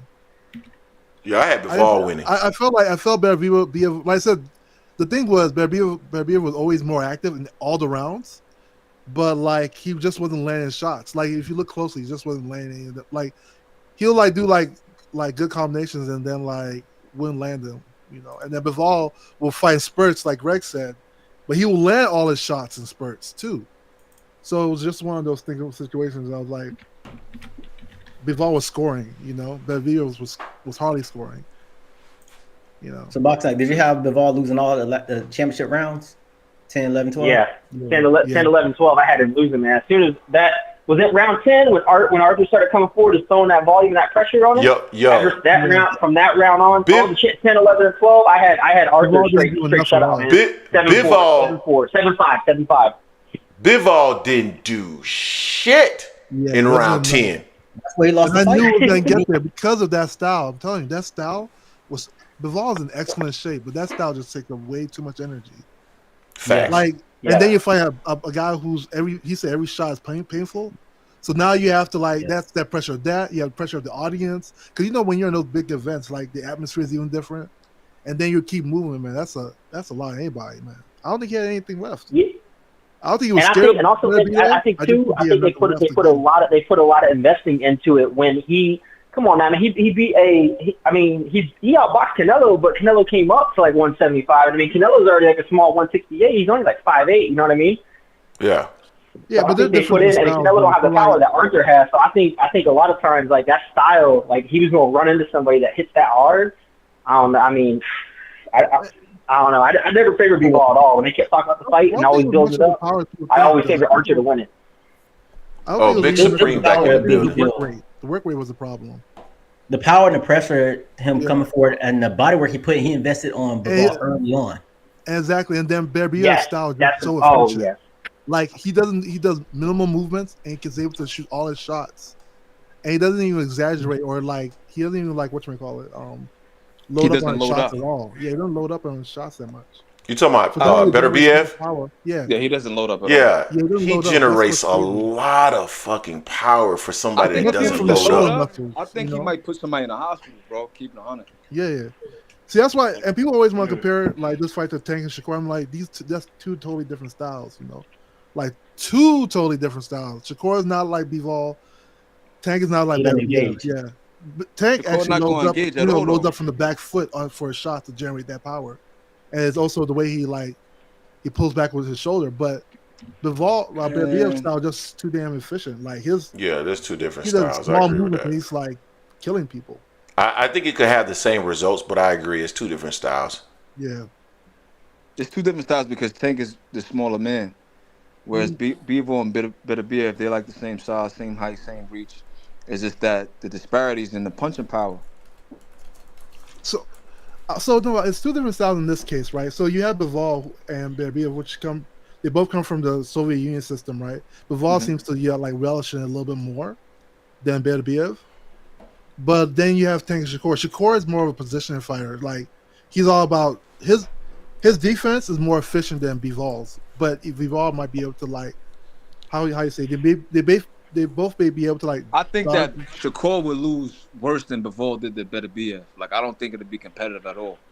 Because I don't think Shakur is gonna take the risk like Bivol did in the 7-4, like how he did in the 9th. I don't think he's gonna do that. It was educated, right? It wasn't just like jumping. Yeah, it was very educated. It was very educated. Like he waited until stand there and slug it out. But if you look at Tank, bro, Tank got that one punch knockout power, bro. Beterbiev, his power is accumulative, and he doesn't load up, so he's not trying to, you know. But Tank loads up on his shots too. You know that, right? Tank works off the back foot. So if you look, if you look at flush, Tank, he's going to sleep. Is what I'm saying. He looks. The one thing that Tank has over Beterbiev, I'll say, is his sight. Speed. He's able to set you up way better than Beterbiev. But he's a lot faster too, though, dog. And faster, yes. He's faster and he's able to set traps way better. Tank will count your combinations and counter you. Beterbiev. That's why I think Shakur going to sleep. I don't think. I'm gonna be honest with you. I don't think Shakur is going to sleep. I think Shakur is going to fight the most conservative fight we've ever seen him fight, and he's going to try to. Yep, he's going to try to fight exactly like how he fought against De Los Santos. And I think the problem is no one is going to give you that against Tank. You can't fight that way against Tank. They're going to say that because you're the name, to the point that was it you, Big Supreme, that was you that just called in that made that point about looking at the huh? Yeah, that was me. Yeah. So to your point that you made earlier, if you're moving backwards like that and you're not really that effective, you are able to get that against a no-name guy like De Los Santos. They'll go ahead and give it to you. They're not going to give you that against Tank. I don't think so. But if you're scoring, they will. But he wasn't really scoring against De Los Santos. He was just moving. He scored a little bit. He scored more than a little bit. Little bit. IQ is much better than. But I feel like he's gonna go to Shakur's body. He's gonna slow him down. He's gonna become stationary, and then that's it after that. In my opinion. If Shakur tried to do what he did against De Los Santos at times, he will come forward. He gonna go to sleep. Tank ain't gonna respect anything Shakur comes at him with. And that's the only thing I'll say, and Boxing Hacker, I want you to tell me if you feel that you see this differently. I think the difference between De Los Santos and Tank is just Tank will just keep walking to you, and when all of a sudden you throw something, he's so fast he can slip it and throw and catch. And if he throws and catches Shakur Stevenson, he's going into Nightland. He's gonna be there with the Night King. So it's an interesting fight in that regard, right? You're right, but the also thing is Shakur's movement might be tricky as well. Like I said, I agree. Tank is different than Beterbiev, where Beterbiev can generate power without even loading any shots. Tank normally loads his shots. He's just so damn quick, people don't notice it. It's like off his back foot and his shoulders. Like that's where Tank's power really comes from. But he's so quick about it. So the question is gonna be, what's Shakur's answer for it? Is he gonna? I'm thinking he's gonna. To me, if I'm Shakur, my plan is to make the fight the most boring fight you ever seen in your life. I want to keep moving. And I want Tank to keep moving because he can generate the same amount of power. This is my thing, right? Moving than can just sending up the shots. I hear what you're saying. I just don't think they'll give it to him. Go ahead, Big Spring. Same thing with Haney, right? When before the the Austin ring and all of that, I just felt like I've seen too many people hit Haney with a left hook for me to think that Ryan's not going to do that. I actually picked Ryan in that fight. Yep. The thing with Shakur, I've seen him get hit. I don't know where people get this perception that he got hit last fight. He got hit by Artem. He got hit by even Santos. He got hit by Oscar Valdez. He got hit by Herman. He gets hit. He got hit. But let's make something clear though, Big Supreme. When you say get hit, he got hit flush, is what you're saying. Flush. Yeah. I've seen him get hit flush numerous times. The people he's fighting, they don't have that. And Shakur's chin is kind of underrated too. I've never really seen him in trouble, but he's not fighting really big punches besides Santos. But if these guys can hit him, there's no doubt in my mind that Tank will hit him for sure. But can he hit him flush? So the question, can he hit him flush? I think he's gonna slow him down with body work. All that lateral movement running. You gotta think. If you look at that fight with Santos, he never went to Shakur's body at all. He followed him around the ring. He moved when Shakur moved. He didn't do nothing. They were just posturing. I think he set a record for the lowest punches in the title fight, right? Yeah, which was smart. But you also remember one thing: Santos has good power, right? But he wasn't able to generate that power because he can. You have to stabilize a little bit so he can generate that power. Like you remember, when Tank fought Frank Martin. He also have the IQ. Yeah, if you look at how Tank knocked out Frank Martin, he had to stop a little bit to generate that power. Shakur didn't allow Santos to really place his feet, and so even when he did hit him, it was glancing, Real quick. Ton of Vision hit me with the $5. Hit us with the $5. Shakur goes straight back, leaves his body open with the high guard, and can't fight on the inside. He's petrified of power punches, going to sleep. Listen, here's my thing about what you both are saying. I think you both have points. I just think that to what you're saying, Boxing Hacker, if he gets on a bike like that, he's going to lose. And he's going to lose on the cards because they're going to give it to Tank because he's the aggressor. And I don't think that style is going to work very well. And I think once he throws punches, I think Tank is so slick that Tank will start to figure out the timing and start to, just like what he did to Frank. he'll start to not. He may never catch Shakur Stevenson because he is the greatest track star I've ever seen in the ring. But he will throw some punches. He'll get on the inside. He'll land some stuff, whether it's clean or not.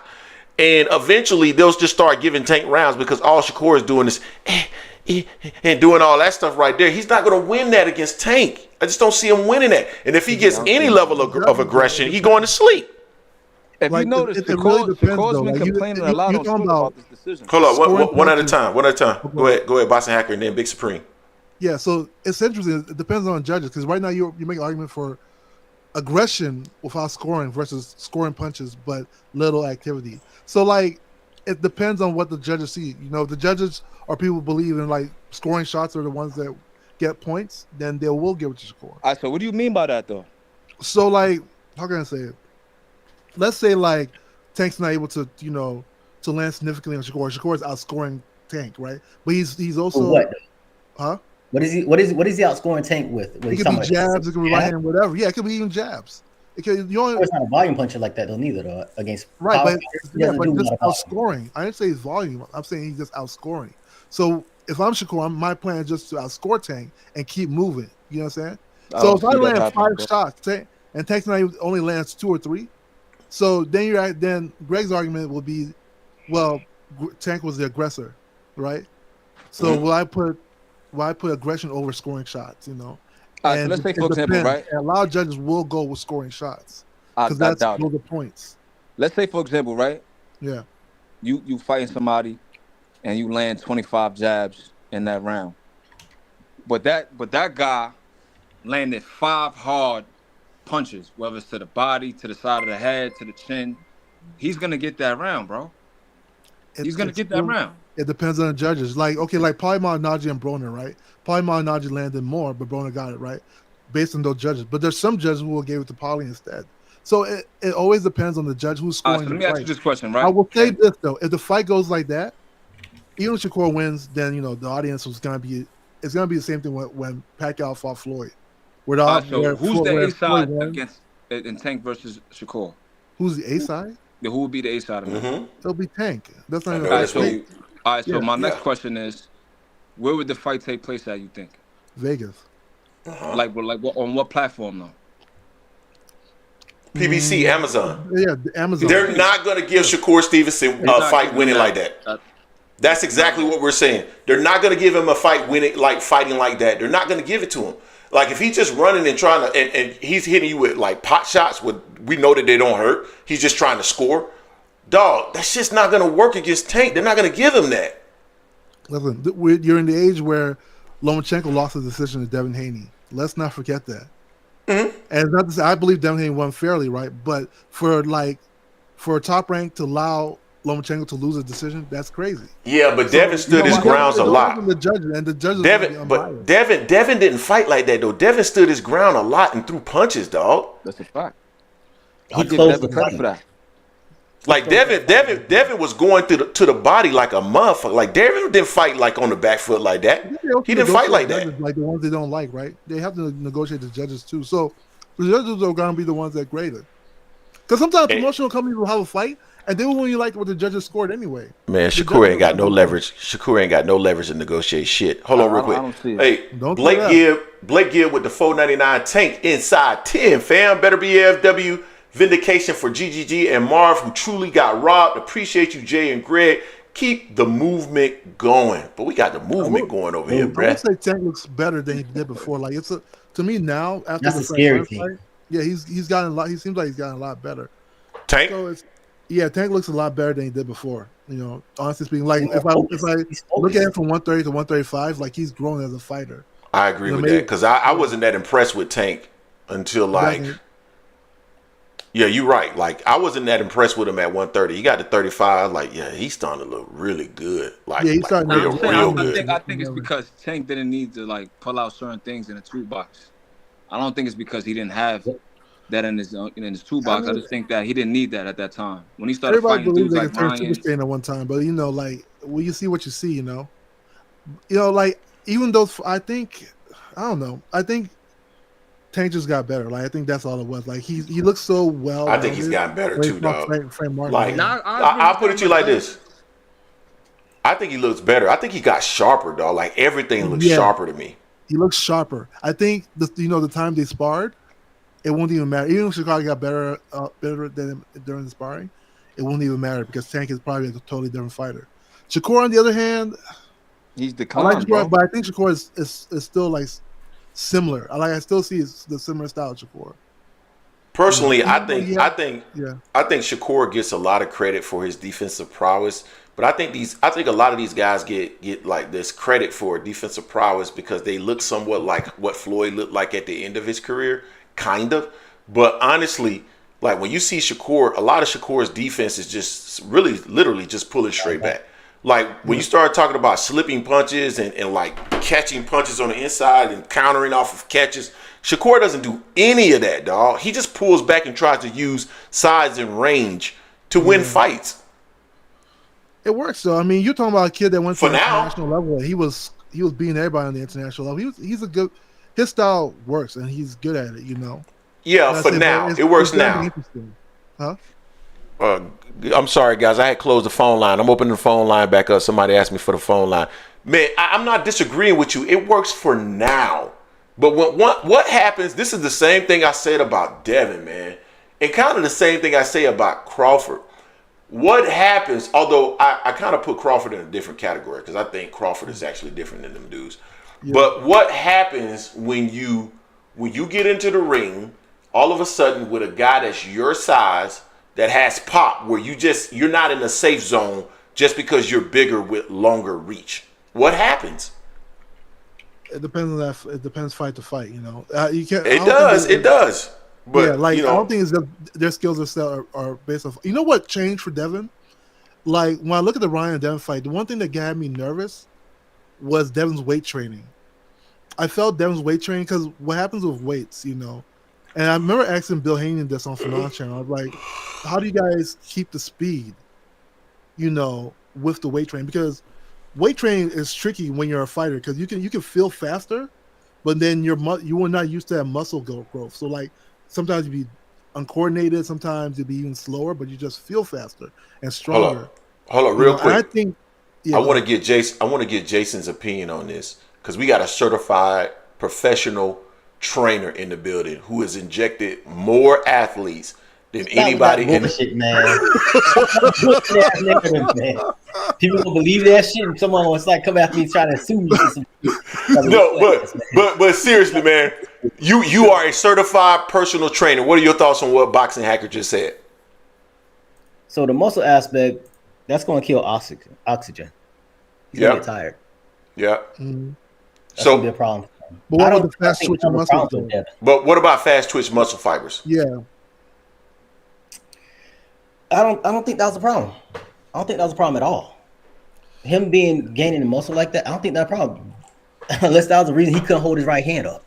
I don't know. I think but theoretically, but hold on. Theoretically, wouldn't both fast twitch and slow twitch muscle fibers get bigger as you're using muscle? Because I mean, football players get bigger and they're more explosive all the time. So it depends how it also depends how you're lifting. So like, I think if you're lifting very light and repetitive, it might not be as bad. But if you're lifting moderate to heavy, then it's gonna slow you down. You're fast twitching. So the muscles are getting bigger, so you're getting heavier. Man, let's look that up, man, because this is stuff that we can just freaking look up and see if that's right or wrong. I mean, I don't know. Maybe you're right, maybe you're wrong. I don't know. So let me go to one of my favorite places. If you're not holding your hand up and avoiding a left hook. Yeah, no, you're right. So like, but here's the thing. No, that's technical. They fought in the amateurs, right? And I think what happens there is that when you're amateurs, you're lighter. But now Devin has this muscle, so even with his hands up, he might not be able to react to Ryan fast enough. So if I'm just looking objectively and we just ignore the whole offspring thing, then I think that has a negative effect, in my opinion. But wasn't Ryan heavier? So this is what it says. Heavyweight lifting, if not properly balanced with other types of training, can potentially slow down an athlete, especially in terms of agility and flexibility. However, when incorporated correctly, it can be highly beneficial for athletes across a range of sports. Here's why: increased power and explosiveness, muscle imbalance and flexibility, sport-specific training needs, balance and plyometrics and mobility. So if he just went in there and lifted heavy weights and didn't have somebody in there that was a personal trainer that understands this stuff, yeah, I mean, then he was a moron. Yeah, and I don't think at that level he would have gone be doing something like that. I hope Bill would not allow that to be happening to him. Yeah, hopefully not. You know, like I said, I remember I asked that question to Bill, but I didn't really get a full answer. But hold on, real quick, we just got $4.99 from Impress. Yeah. Real quick, we got $4.99 from Impress Sports Channel. Bivol's movement was the reason Beterbiev wasn't sitting on his shots as much. Just look at the Boots versus Karen fight as a reference. I mean, that's fair. That's fair. It's a fair comment. Yeah, that's Soviet Union style, you know. That was Karen Kukadaj, where his name is as well. Yeah, Karen Chugazian was. I'm trying to learn these names, boy. I'm so shit. Don't even say it, bro. You just killed his name 5 times in one sentence. Just let it go, man. It's Quran, man. Quran, man. That's what his name is. Chukazian. It's Chukazian. Quran Chukazian. You just severed that brother's name so many times. Hey, Boxer, he gonna mess it up again. He'll get it right once, and then he sounded it out. He killed it each time. He was like, yeah. Just call that dude named Karen, you know. Y'all gonna stop hating on me, man, about my ability to say people's names, bro. I do my best. I do my damn best. But the dude's right, like when it comes to those styles, you gotta look at like stuff like that, like how that power happens, you know. What you saying, Boston Hack? I just cussed out Jason. My bad. What were you saying? Oh, my apologies. You guys go, man. No, but like when it comes to those styles, you have to understand like where those powers come from, because people used to say like this weird thing, like people are born with power, you know. I don't know why people say that, because power, there's a formula for power, right? It's what formula for power is like. It's like mass times velocity or some shit like that. Yeah. When it comes to fighters. But you have to figure out, like, if you see a fighter moving too much, if that fighter needs his back foot to shoot his power shots, and another fighter hasn't moved, it's going to be hard for him to land power shots. That's just naturally. That's like fight science, you know? Same thing happened with Pitbull. Pitbull's power comes from his foot, the lead foot, not the back foot, you know? But when he fought El Rayo just kept making him move over and over again, so he couldn't even land power shots like he wanted to. So in boxing, a boxer's power primarily comes from a combination of technique, body mechanics, and physical strength, which is probably why a portion of it they're saying boxers are born punchers. Here are key elements to contribute: legs and hips, core strength, shoulder, and these are things that could be just like what you're born with, right? Like you can have naturally strong legs and hip muscles. You can naturally have strong core, shoulder and arm mechanics, timing and technique, which of course that makes sense, speed and relaxation, balance and weight transfer. So there's a lot that goes into being a power puncher. But I think when they say you have natural punchers, it's because they're just guys that have either natural strong cores or legs. It depends on, to the point that you kind of making boxing, Hacker, like where power can be generated from several different places in the body, looks like. And so just depending on if you already have fast twitch muscle fibers in that area, and then when you combine it with some heavy ass hands, you might have some punching power, you know? Exactly. Heavy hands also are a thing, you know, like Mike Tyson. They always say Mike Tyson's hands feel different. Or George Foreman. Yeah. Like he was punching with blocks. Yeah. That dude was punching. Yeah. You know? So me personally, like when I think about Tank versus Shakur, I don't think it's as easy of a fight as some people who support Gervonta Davis think it is. I think I got Tank. Don't get me wrong, but I don't think it's an easy fight just because of Shakur's style. I don't think it's an easy fight. No, it's not an easy fight. Yeah, it's not easy at all. I lean towards Shakur, but I can see the fight go for both fighters. You know, one thing I think two things that Tank has is he's used to that big stage, like he's used to massive stages versus Shakur. You know, like I said, the more people there, the less oxygen and stuff like that happens. But also, Tank is a good person who he seems like he's gotten better. Like he's a little bit quicker, a little more accurate in how he sets people up. You know. But Shakur is fundamentally a really smart boxer. I think he has a good team, and like he has a style. If he can keep Tank on the outside, if he can keep Tank on the outside and make it a boring fight, not listen to the crowd, not listen to people say that he should make it be more exciting, just stay true to himself. I think he has a good possibility in winning. Well, he won't stay out, get out of the shell. Shakur ain't about being in that fire like that. Yeah, he shouldn't be. He's not about being anywhere close where he can be hit at all. If he is, he's backing the hell up. Which makes me wonder. Know who they are, And so somebody maybe it was you, Boston Hacker, that said that you've never seen Shakur rock. I haven't either. So he might have a decent chin. However, it does make me sometimes wonder about his chin when you're so pressed to get out of the way of any kind of power. Like, it makes me wonder, like, does he really have a chin? Like to me, Floyd, I didn't think Floyd Mayweather had if I had to rate Floyd's chin on a scale of 1 through 10, I would have given it a 5, which is basically average. Now, the thing that Floyd did have that was great, Floyd recovered from power shots quick as hell. Like, his mind was back within seconds versus a lot of fighters who seem to be hurt. Got hit by Shane. When he got hit by Shane. Like by the end of that round, Floyd was winning. So exactly. And then Shane didn't. You know why though, right? Because Floyd kept doing those neck muscle exercises.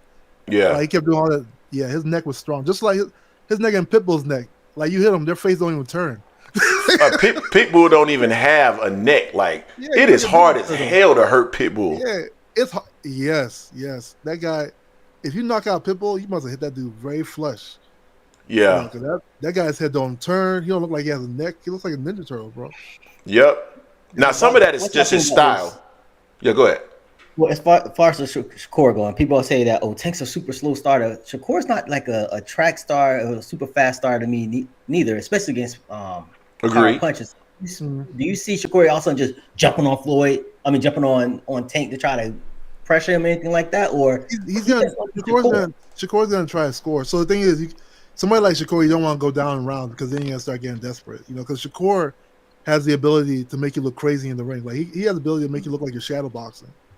I agree. So, hey, real quick, I got my boy Fabrizio in the building. What's going on, Fabrizio? What's good, man? What's good? I'm good, man. How you lot there? Oh, man, we chilling, man. We chilling. What's going on? What you got for us? No, I just wanted to pop up quickly and just lend my opinion to the Tank Shakur stuff, innit? Yeah, go ahead. Yeah, what's my man's name? Hacker was saying, yeah. I got Shakur winning the fight. Now, obviously, it's a close fight. It's not going to be, let's say, straightforward for Shakur to get done. But I think a problem that goes, let's say, against Tank is he's a low output kind of fighter. He doesn't really he's not the type to really initiate his attack like that. He likes to wait, counter, look for the precise moment to do that. Now, I don't think that's going to be quite easy against a fighter like Shakur, unless, let's say, Shakur may get, let's say, careless, wants to trade with him, things like that. You understand what I'm saying? Dude, so to me, those are all rational arguments, right? Like, I get why somebody would make the comment that Tank is not a fast starter, and that Shakur, that could be to the benefit of Shakur. I just think that Tank has a style that, number one, I think he has good foot movement in terms of walking an opponent down, and we saw that against Frank Martin. But I just think Tank, man, is like there's a level of here's why I think it's going to play out in a specific way for Fabrizio. And this is my opinion. I could be wrong. I understand your stance, but this is why I think it could play out differently, right? I'm all in. So when someone has that level of power from, like a Tank Davis or Artur Beterbiev or whoever, when that person is walking you down like that constantly, and that power is constant, you constantly have to be on guard for that power, that's a toll on you in and of itself, right? And so Shakur is not the guy, to me personally, that can stop where he doesn't have to feel that pressure constantly, where he can catch shots and kind of stay there and that kind of stuff. And Tank is also someone who, I believe, as he walks down an opponent, Like if Shakur throws something, Tank is fast enough to slip and throw something that can get Shakur's attention very quickly. His style is completely different from De Los Santos.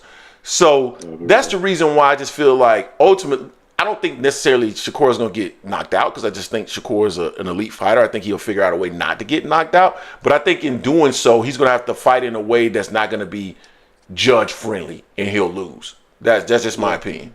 Yeah, the thing with Shakur also, people saying, "Oh, Shakur just got to jump on him." That's not Shakur's style, just to jump on you like that. He's a smart fighter. Anyone that's saying that Shakur needs to jump on Tank is setting Shakur up for failure. That's what it is. They want facts. People want Shakur, just like they did with Ryan Devin. They said Devin needs to beat up Ryan. Like, no, like I think at the end of the day, fighters need to be themselves. Yeah, be yourself. You know, at the end of the day, you know. It doesn't. I know people were gonna say this style is more exciting than this style, but hey, at the end of the day, look, your style got you where you are right now. You may have to modify your. Yeah, you may have to modify your style against a specific opponent, but you got to be who you are. And if you are not, that's a recipe for an ass whooping. Yeah. Not only that, it's like with Shakur, if he comes out there, just say he does get out of Shakur and just jumps on Tank, and he catches Tank, and Tank's like, that's all you got in round 1? And what if Tank flips this switch instead of waiting until round 4 or 5?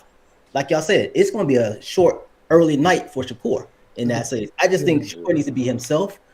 And I think he may get caught later on in the fight, probably 8-9, but it could go to a decision just because of what Shakur is, because Shakur is one that's not going to get hit as much as Shakur needs to be. He needs to make that fight so boring. Like, it should be like I agree. Snooze fest. He has to.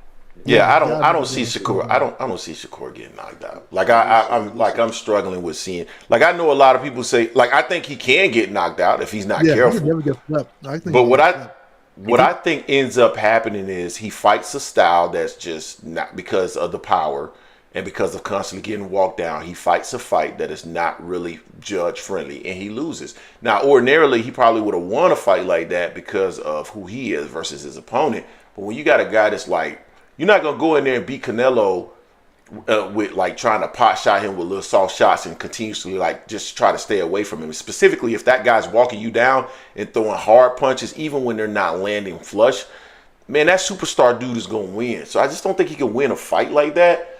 But I think that's the fight that he's gonna try to win, and I think that's the reason why he's gonna lose. But the only way Tank can win that fight is if he increases his output. You know, his output is not. Exactly. Yeah, his punch output is not like Beterbiev's punch output. You know, right?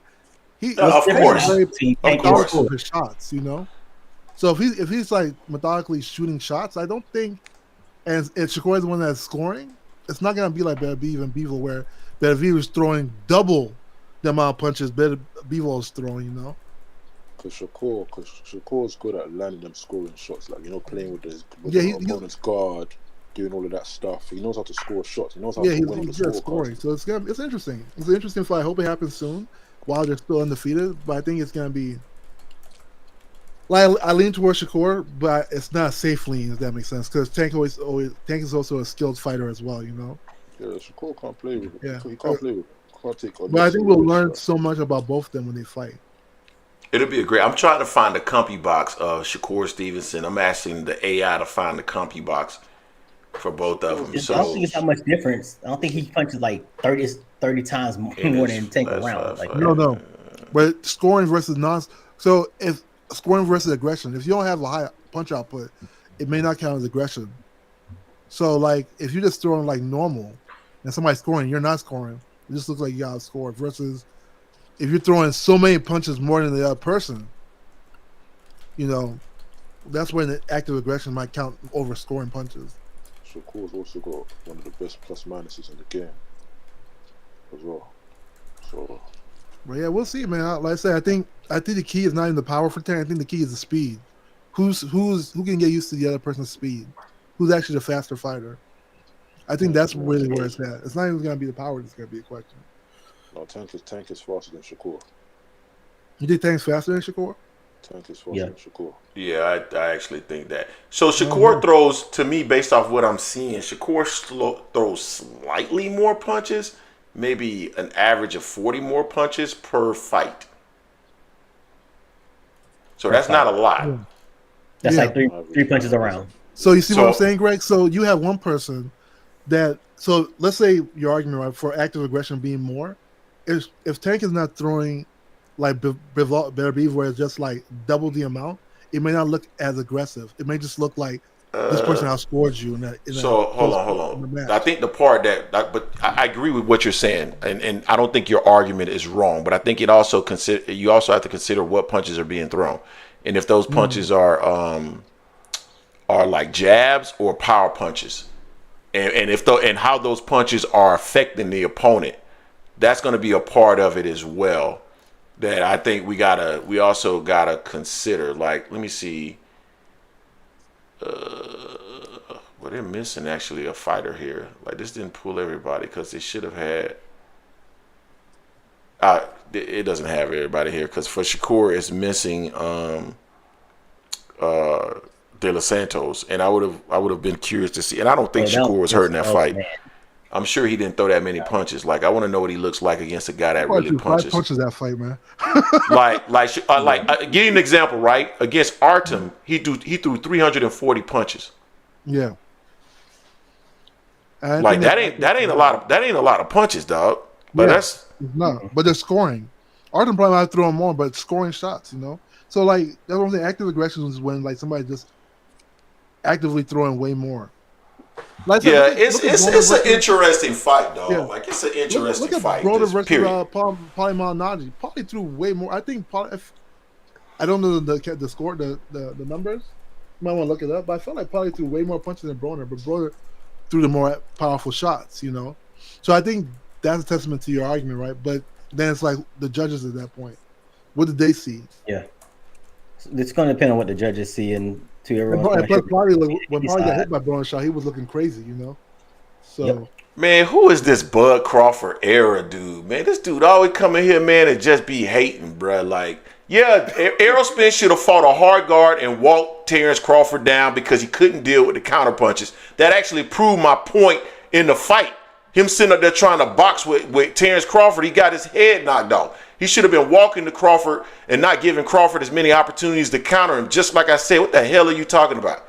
And get out of here, man. Ben Whittaker coming in as a Tachi from Naruto and leaving in a wheelchair. What y'all think about that, man? Say that one more time. Ben Whittaker coming in as an anime character, then leaving in a wheelchair, man. Disgrace. That was a wild shit, man. Man, how you feel? Say that. What you say, Fabrizio? Disgrace of UK box.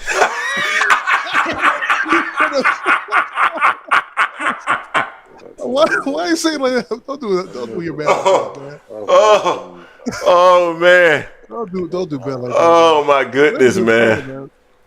Oh man, that's funny. It looked like he wanted the way out though. I ain't gonna lie. Hold on, we got Ash in the Ash. What's going on, Ash? Ash, you there? I don't know who Ash is. You said, hey, Boxing, you said you feel like Whittaker's on his way out? No, I said that. Oh, okay. He was looking for a way out that ring. Oh, yeah, definitely. I saw. Hey, man, let's real quick. So I'm sorry, man. Brody wasn't even watching our show. He just contributed $9.99 to the show. Damn, missed the live again. But hey, it's football on, just coming through. Show love to Jason and Greg. Appreciate you, fam.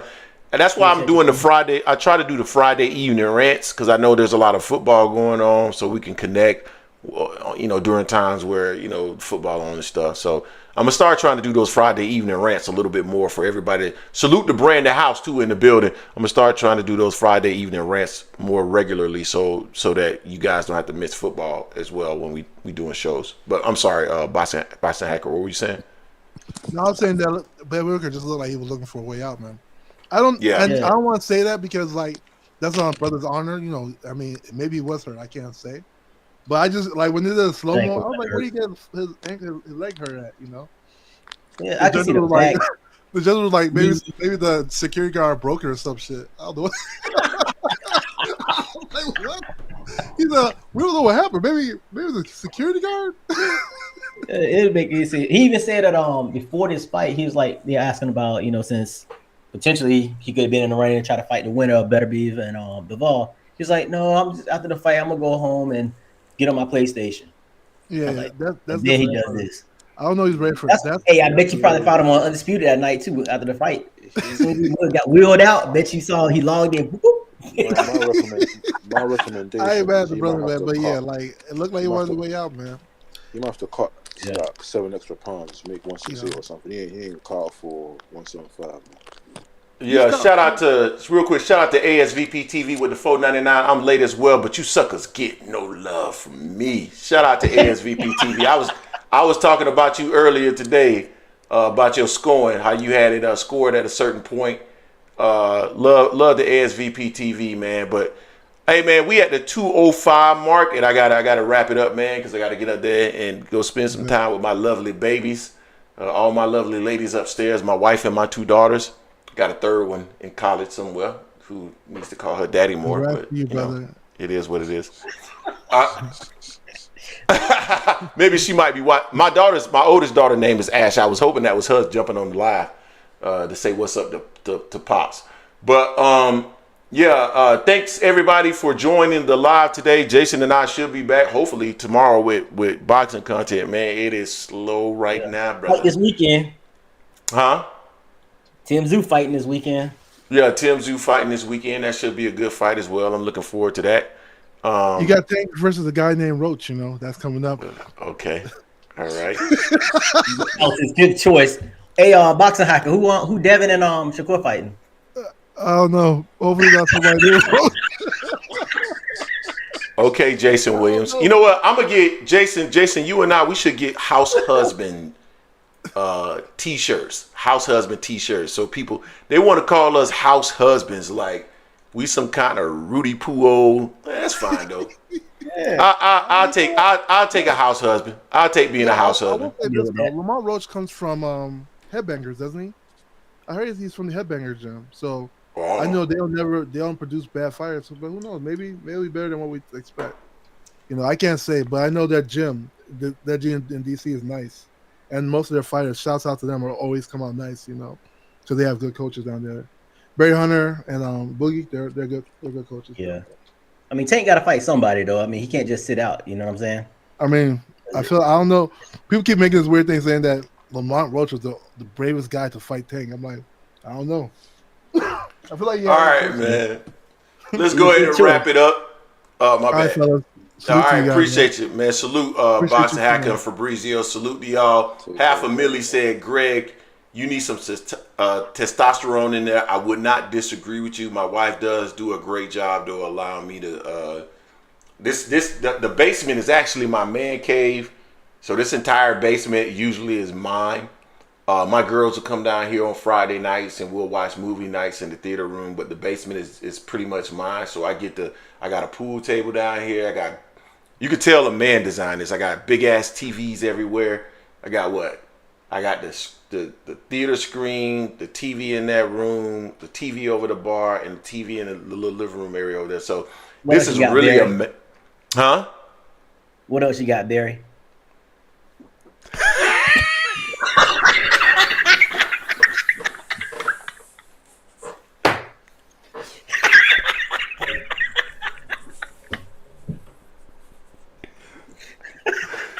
Man, fuck you.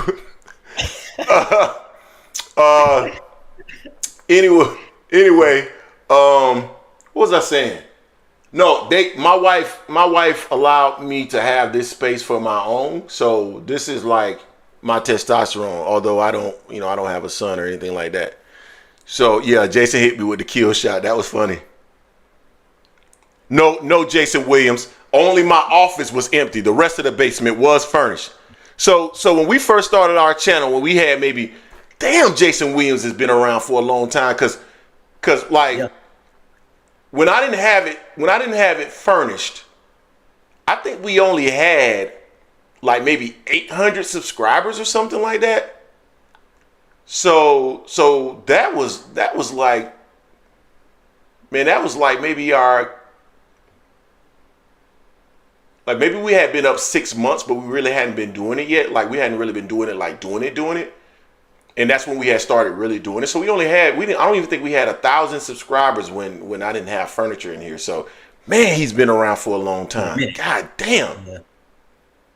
This has been a hot. The Bud Crawford era. I got girl dads in the building. The Bud Crawford era. We used to. Your channel used to be named something else, right? If I'm not mistaken, like Easy Money Spence, Bud, something like that, right? Correct me if I'm wrong. I think that used to be your channel. I remember. Yeah, I remember. If that's him, I remember him now. I think that's what his channel used to. I think that's the name that his channel used to be, if I'm not mistaken. But yeah, Girl Dads is awesome as well, man. It's like being a girl dad is awesome. Greg's new book, How to Be Happily Married with Your 8%. That means I got 8% of everything that we own. That's what, yeah. You mean 8% of the house? Yeah, that makes sense. But no, do not envy y'all. Yeah, so fuck you, man. What? What? What you mean you don't envy me? I don't envy y'all. I see all the stuff y'all go through as far as time and all that stuff there. Oh, you talking about with my kids and how much time I got to spend doing that? Yeah. So why gotta be fuck me, man? God dang. I thought you would say you don't envy me because I got all these kids over here and they're killing me slowly. Dude, I wish man, hey, listen, bro. Like, dog, my oldest daughter, bruh, she done wrecked her car. You gotta spend money on that. Man, she be getting tickets and shit. You gotta pay for that. Man, my middle baby is the athlete. I gotta run her all around all week long, 4 or 5 times a week for her activities. My youngest baby is the one that loves me. She's the only one that loves me. My 2 oldest girls, they can't. My 2 oldest girls, I'm just an ATM ninja. That's what I am, a straight ATM. They love daddy too, but I'm more so like an ATM for them. Like, but my youngest baby, like that's daddy's girl right there. That's daddy's girl. like you said, 8%. Dog, man, my girls run this house, man. Like, they start crying and shit. What am I supposed to do? I just got to take it.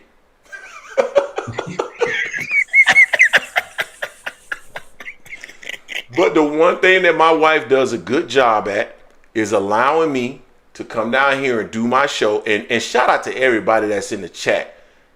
Because some of y'all think that I'm a narcissist. But in reality, I so much enjoy the opportunity to connect with y'all that y'all don't know is therapeutic for me. It's therapeutic. Live streams are therapeutic. I get the opportunity to connect with men that enjoy what I enjoy, which is boxing, and women, but I got a lot of women in my life. So I'm talking specifically about the opportunity. This is my testosterone. Somebody said I need to get more testosterone. This is my testosterone. My wife knows that this is my testosterone. She allows me to come down here unimpeded with no interruptions and allows me to do my shows, and she's very supportive of it. So girl dad and narcissism are oxymorons. You be getting humbled daily. Yeah, facts. I'm not a narcissist. I think he be getting it. I'm not a narcissist. I already know when somebody accuses me, I already know that that's not true. I know what a narcissist is. So, because I used to live next door to a narcissist who almost whooped his ass one day. So I know what a narcissist is. But yeah, they allow me to come down here and do this, man. And this is where I get my testosterone, man. And this is why you guys hear me being loud, and I get to talk shit, and I get to curse, and I get to do it all. So shout out to all of you gentlemen that are in the chat that give me the opportunity to feel like a man's man. I appreciate you all. Yeah, this is a good spot, man. I don't have any kids by choice. Been that uncle though, been that great uncle though. So, but nah, I appreciate all y'all in the chat that are just good parents and being good fathers out there. We appreciate it. And this is where I come and get the opportunity to drink my bourbon. I get to kick it with my fellas, and I got a lot of fellas. I got Dragon Assassin, I got Jason Williams, I got Half a Millie, I got Zach, I got the Bud Crawford era, I got you, Jason, I got Blake that hit us up. I got ASVP TV. I got Impress Poet. I got Brody. I got FSU Walt. I got Dixon. I got B-Dog. I got Slogan One. I got Jason Williams. I got Big Supreme. I got Skills from New Orleans. I got All Things. I got Marquis. This is where I get the opportunity to come kick it with my fellas. So I get to be me. I'm going to be unapologetically me, and sometimes it offends people, but I hope y'all see me as kind of like family, and you forgive me for my indiscretions and my sins. Appreciate y'all, man. Appreciate y'all. So Jay, we at the 6:21 mark. My wife probably gonna message me. Let me see if they didn't come home yet. I don't think they didn't came home yet. No, they ain't. I don't think they didn't come home yet. So Slow one, yeah. That. Hey man, ain't no child support drama. I didn't want Slogan One. It wasn't the child support. who? Slogan One talking about Jason don't want that child support drama. Oh no, he talking about Jason Williams. He put that funky ass Y in there. Hey man, I ain't never been afraid of no child support, but I got married. I ain't had no intentions of getting divorced. So yeah, Nora Gente said you're a girl dad. You're spending 92. So and this is the other thing too, man. So I used to play golf, but since I tore my super espinatus, my infraespinatus, and I tore my bicep tendon, and I had to have my bicep tendon cut and reconnected to my shoulder, and like this shoulder is like man, fuck you, motherfucker. So this arm right here, I can lift it, but I still can't get it like y'all. This is the highest that I can get my arm. So I used to play golf. I can't play golf anymore. I can't do anything athletic. I can't work out. I can't do anything. This arm is like I can barely lift 10 pounds on this side of my body. Yeah. So I don't even get to go out and go hang out with the fellas no more. I used to be able to go out and hang out with the fellas and play golf. I can't do that no more because I can't swing a golf club at all. I can't do shit with this. You can barely pick up that glass he drinking too. No, I can pick up the glass. The bourbon is going down. It's the right motivation though. It's the right motivation. I can't get my hand. Well, this is about as high as I can get it on my own, and I can keep it there, but I can't. Greg, I can't lift it any higher. They say you the Keith Thurman of AM Sports Media. You always injured. I'm not always injured, but I'm fucked up right now. You permanently injured right now, though. Yeah, no, JC1. I don't have no sons. I'm all girls. I got a 21-year-old that's gonna be 22 in March. I got an 11-year-old that just turned 11 back in July, and I got an 8-year-old that turned 8 back in May. All girls. And a weak shoulder. That ain't no lie. One of the weakest shoulders in America.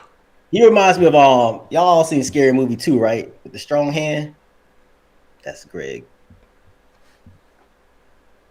I got a weak. That don't even make no sense, man. My right arm is weak. That's why. That's part of the reason why I don't want to go to nobody's gym. I'm concerned that if I go to the gym and somebody recognizes my face and I said something about them that they didn't care for, that it might be a thorough ass whooping. At least if I got two strong arms, maybe I can grab somebody who's smaller. You know what I'm saying? Maybe I can grab them, but I don't want to go to somebody's gym and get an ass whooping. Hey, the Bud Crawford there, as was your family safe out there, Florida, during the hurricanes? Yeah. For the most part, from my side, everyone was safe. Everyone got power back and everything. I wasn't where I'm at. I wasn't impacted, luckily, with no power loss or anything like that. I was hoping that nigga power went out. Damn, I just used the N-word. My bad. Y'all see he a piece of shit. Y'all see that, right? He was hoping my power went out. He was hoping all type of bad shit to me, man. You wish all kind of bad stuff to me. Never that. You still talking about my knees and stuff? Talking about, damn, hey, did the Bud Crawford era actually answer my question? I can't remember. I didn't see it. Nah. Was he Nah, was I the, don't think they ever answered the question. I thought he was the one that was like easy money Spence, Bud Crawford something. Wasn't that you, Bud Crawford era? Damn, Nori Jensen. I'm sorry to hear your town was devastated. Shit. Yeah, man. There's still a lot of folks who got power in Florida. I mean, it's gotten better. A lot of roads and bridges have been cleared, but it's still jacked up. Even parts of Orlando, where I'm at, like I'm North Orlando, driving around. My hometown. It's flooded. So my hometown, we accepted we a bunch of real ninjas in Orlando. We accepted a fake one, but it's all good. That's why they ran you out of here. Nobody run me out of here. Man, they welcome me with love. That's why you ain't been back. They welcome me with love when I come down to. I probably got to come down to Orlando soon, man, because I gotta come down and help my mom with all that hurricane shit. I'll probably be down there probably in like a couple weeks, 2-3 weeks. I'm assuming, huh? You sneak down. You got ran out of here. Man, when I come down to my neighborhood, man, it's like it's a parade, Wardy. They're like, oh my God, he's back. They love me in Carver Shores, man. Huh? Man, stop. Boy, you one of the biggest. You mad because nobody love you in Tampa. Nobody even know who you are. They know me in Orlando, bruh. They don't know shit about you, Otis. No, they know me in Orlando. No one came to see you, Otis. Everybody in Orlando know me, bruh. Everybody know me. I'm like a superstar. I've been waiting for somebody to see me out on the streets and be like, man, ain't you Greg from AM Sports Media? Followed by a couple of punches to my chin. Ain't you Greg with the weak shoulder? All right. The little arm. Hey man, everybody in my neighborhood knew I was smart, man. I was when I used to go to the Boys and Girls Club that was right next to my neighborhood, I was the guy that everybody said was most likely to succeed. It was clear that I was brighter than everybody that was around me. When I used to go in there and read, they were like, damn, your reading comprehension is off the chain. You're amazing. Hey y'all, that's when he was a senior in high school. Let's get your punk ass up. I used to be in there reading The Cat in the Hat like I was the man reading that shit in 12th grade. Green eggs and ham. Anyway. Stop, look, listen. Set your ass up. Man, see, Jason Williams talking about, ain't that the guy with Jason? No, Jason. And Jason will tell you this. Jason, tell him, I'm the star of this show, right? What? I'm the star of the show. Star what? The star of the show, the superstar of the show. Everybody, when they go in the comment section, they never talk about you. They only talk about me. I'm the superstar. I am the Skip Bayless of this show. That's fine. Nobody likes Skip. So what? And so nobody likes your ass. It's true. That's all true. You're not saying anything incorrect, but still, like Jason Williams said, that's why you left Orlando. No one likes you. Brother, I am the star of the show. Every time somebody come in the comment section, they talking about me. They talking about my comments. Well, no, but you know why? Because I'm a four. It's not that you don't have less star power, Jay. Because I mean, you the man too. I want to give you that. You the man. You know, I don't give you compliments often. So I'm giving you one with people actually watching. Okay? Because I don't even give you compliments when it's just you and I. But. My personality is very strong. Hey, Jason, will you see that? Hold on. Fuck you, Hannibal. I don't know where that even comes, but I'm going to give you a big fuck you. they fuck Jason Williams. Maybe if I get on that side, it'd be better. Fuck Jason Williams. Everybody that's in the comment section that said something I don't like. It's about to be a nice fuck you. Yeah, 2 cents. We can definitely. I'm gonna get on the real. I'm gonna make some house husband shirts. I swear I'm gonna make them. People think I'm upset about. You can call me a house husband. I already know what the real is, and I think a lot of people already know what the real is too. You know what the real is, bro. I ain't no house husband. Y'all know that. You know that. But if that's how you feel, if you want to put that out there, I'm gonna put on the shirt and wear it. Don't matter to me because it ain't true. Jay, look how small my right shoulder is, Jay. Look how small my right shoulder is. Put that shit away, man. We got people watching this, man. They might be eating food right now. Man, put that shit away. Like my shoulders used to be big. This is where they went in one section, and then this is where they hit me on the other section right here. Like you can see how like my shoulder just like deteriorated up in here, man. It's bad. They went in 5 different sections of my shoulder. I think there's another one like right there. Yeah, they killed me, man. Man, put that shit away, man. 2 Cent, I don't know why he called me a house husband because number one, man, he knows that I'm rich. He see the lifestyle. He see me out here riding on the golf cart. He see me driving the foreigns. You know what I mean? And he's just a hater. He want to attribute it all to my wife. That's all. Yeah, I'm stunned like baby. Yeah, $500,000. I'm going to therapy and that shit is not working. That shit is not working at all. At all. So, just don't show that his arm again, man. Don't do that. Man, I thought about doing a lifestyle of the rich and famous, Jay, at my house, man. Just coming in, man, and just having you be the cameraman with that fake ass Robin Leach voice, and you just come in and I just show everybody the entire crib. You know what I'm saying? They say snack wearing off.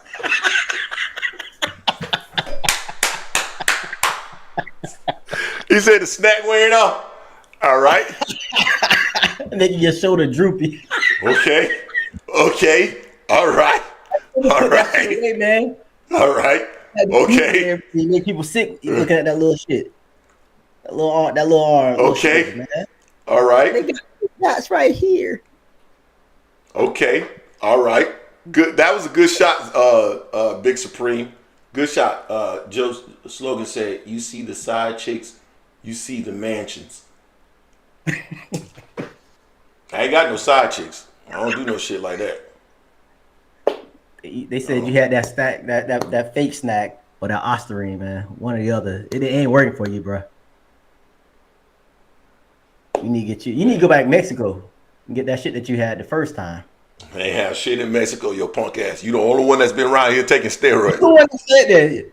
I ain't never said no shit like that. I said I went to Mexico and I saw steroids. I ain't say I purchased any, motherfucker.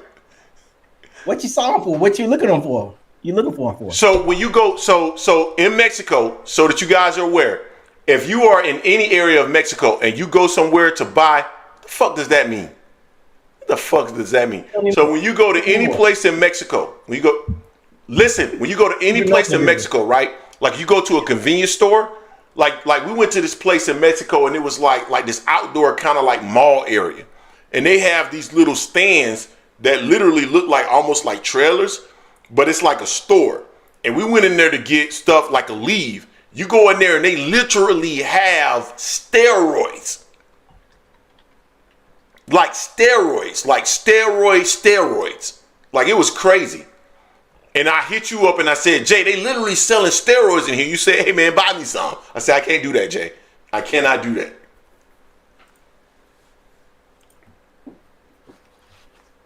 Say I'm lying. You lied. I ain't lying. You tell the truth, the part of that story. You told me like, yeah, Bruh, they sell. Back when I was working out, I had anybody in the chat been in Mexico? Been to Mexico? Because if you've been to Mexico, you've seen that shit. I did not see that. But get the fuck out of here. Also, y'all, I wasn't going looking for no damn steroids. I was going there for a reason. He was there for a reason. He was looking for the shit. Man, shut your monkey ass up, man. They sell steroids in regular stores, man. If you go to any pharmacy.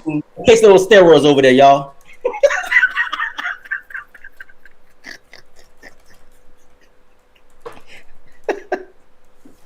I'm looking the shit up right now. Get a taco and some steroids. Only you, Greg. Only fucking you, dude. Greg get tacos with a side of steroids instead of guac. Dog, they have Mexico. Yeah, okay. Yeah, listen, like there's something right here on Reddit. Ever use steroids from Mexico pharmacy while on vacation? Buy it from Mexican pharmacies, bro. You can get Sustanon 250 there, and I believe Primo and possibly HGH. Dude, they sell it right at the pharmacies. Like they're right there. Yeah, like I've never seen like you literally like they'll give you a book and you will see all the steroids in it, huh? What street corner is on that you went to? I know you know. I don't know no fucking street corner, man. What, you trying to go there? That's why you asking me? Nah, I want you to let people know. You talking about they got it here and they got it there. You know, was it like on a like you here at McDonald's you get a number 1 Big Mac or whatever combo? Is it that's how you got it too? Man, shut your punk ass up. You know I ain't say that shit. All right, man. Shoot. Yeah, $500,000 just said you can buy just about anything medicine-wise in Mexico. I'm telling you, bro, I had never seen anything like that, bro. I had never seen anything like that when I was in Mexico. What part of Mexico you were in? I was in Cozumel. Cozumel is like a tourist spot. You talking about you got off a...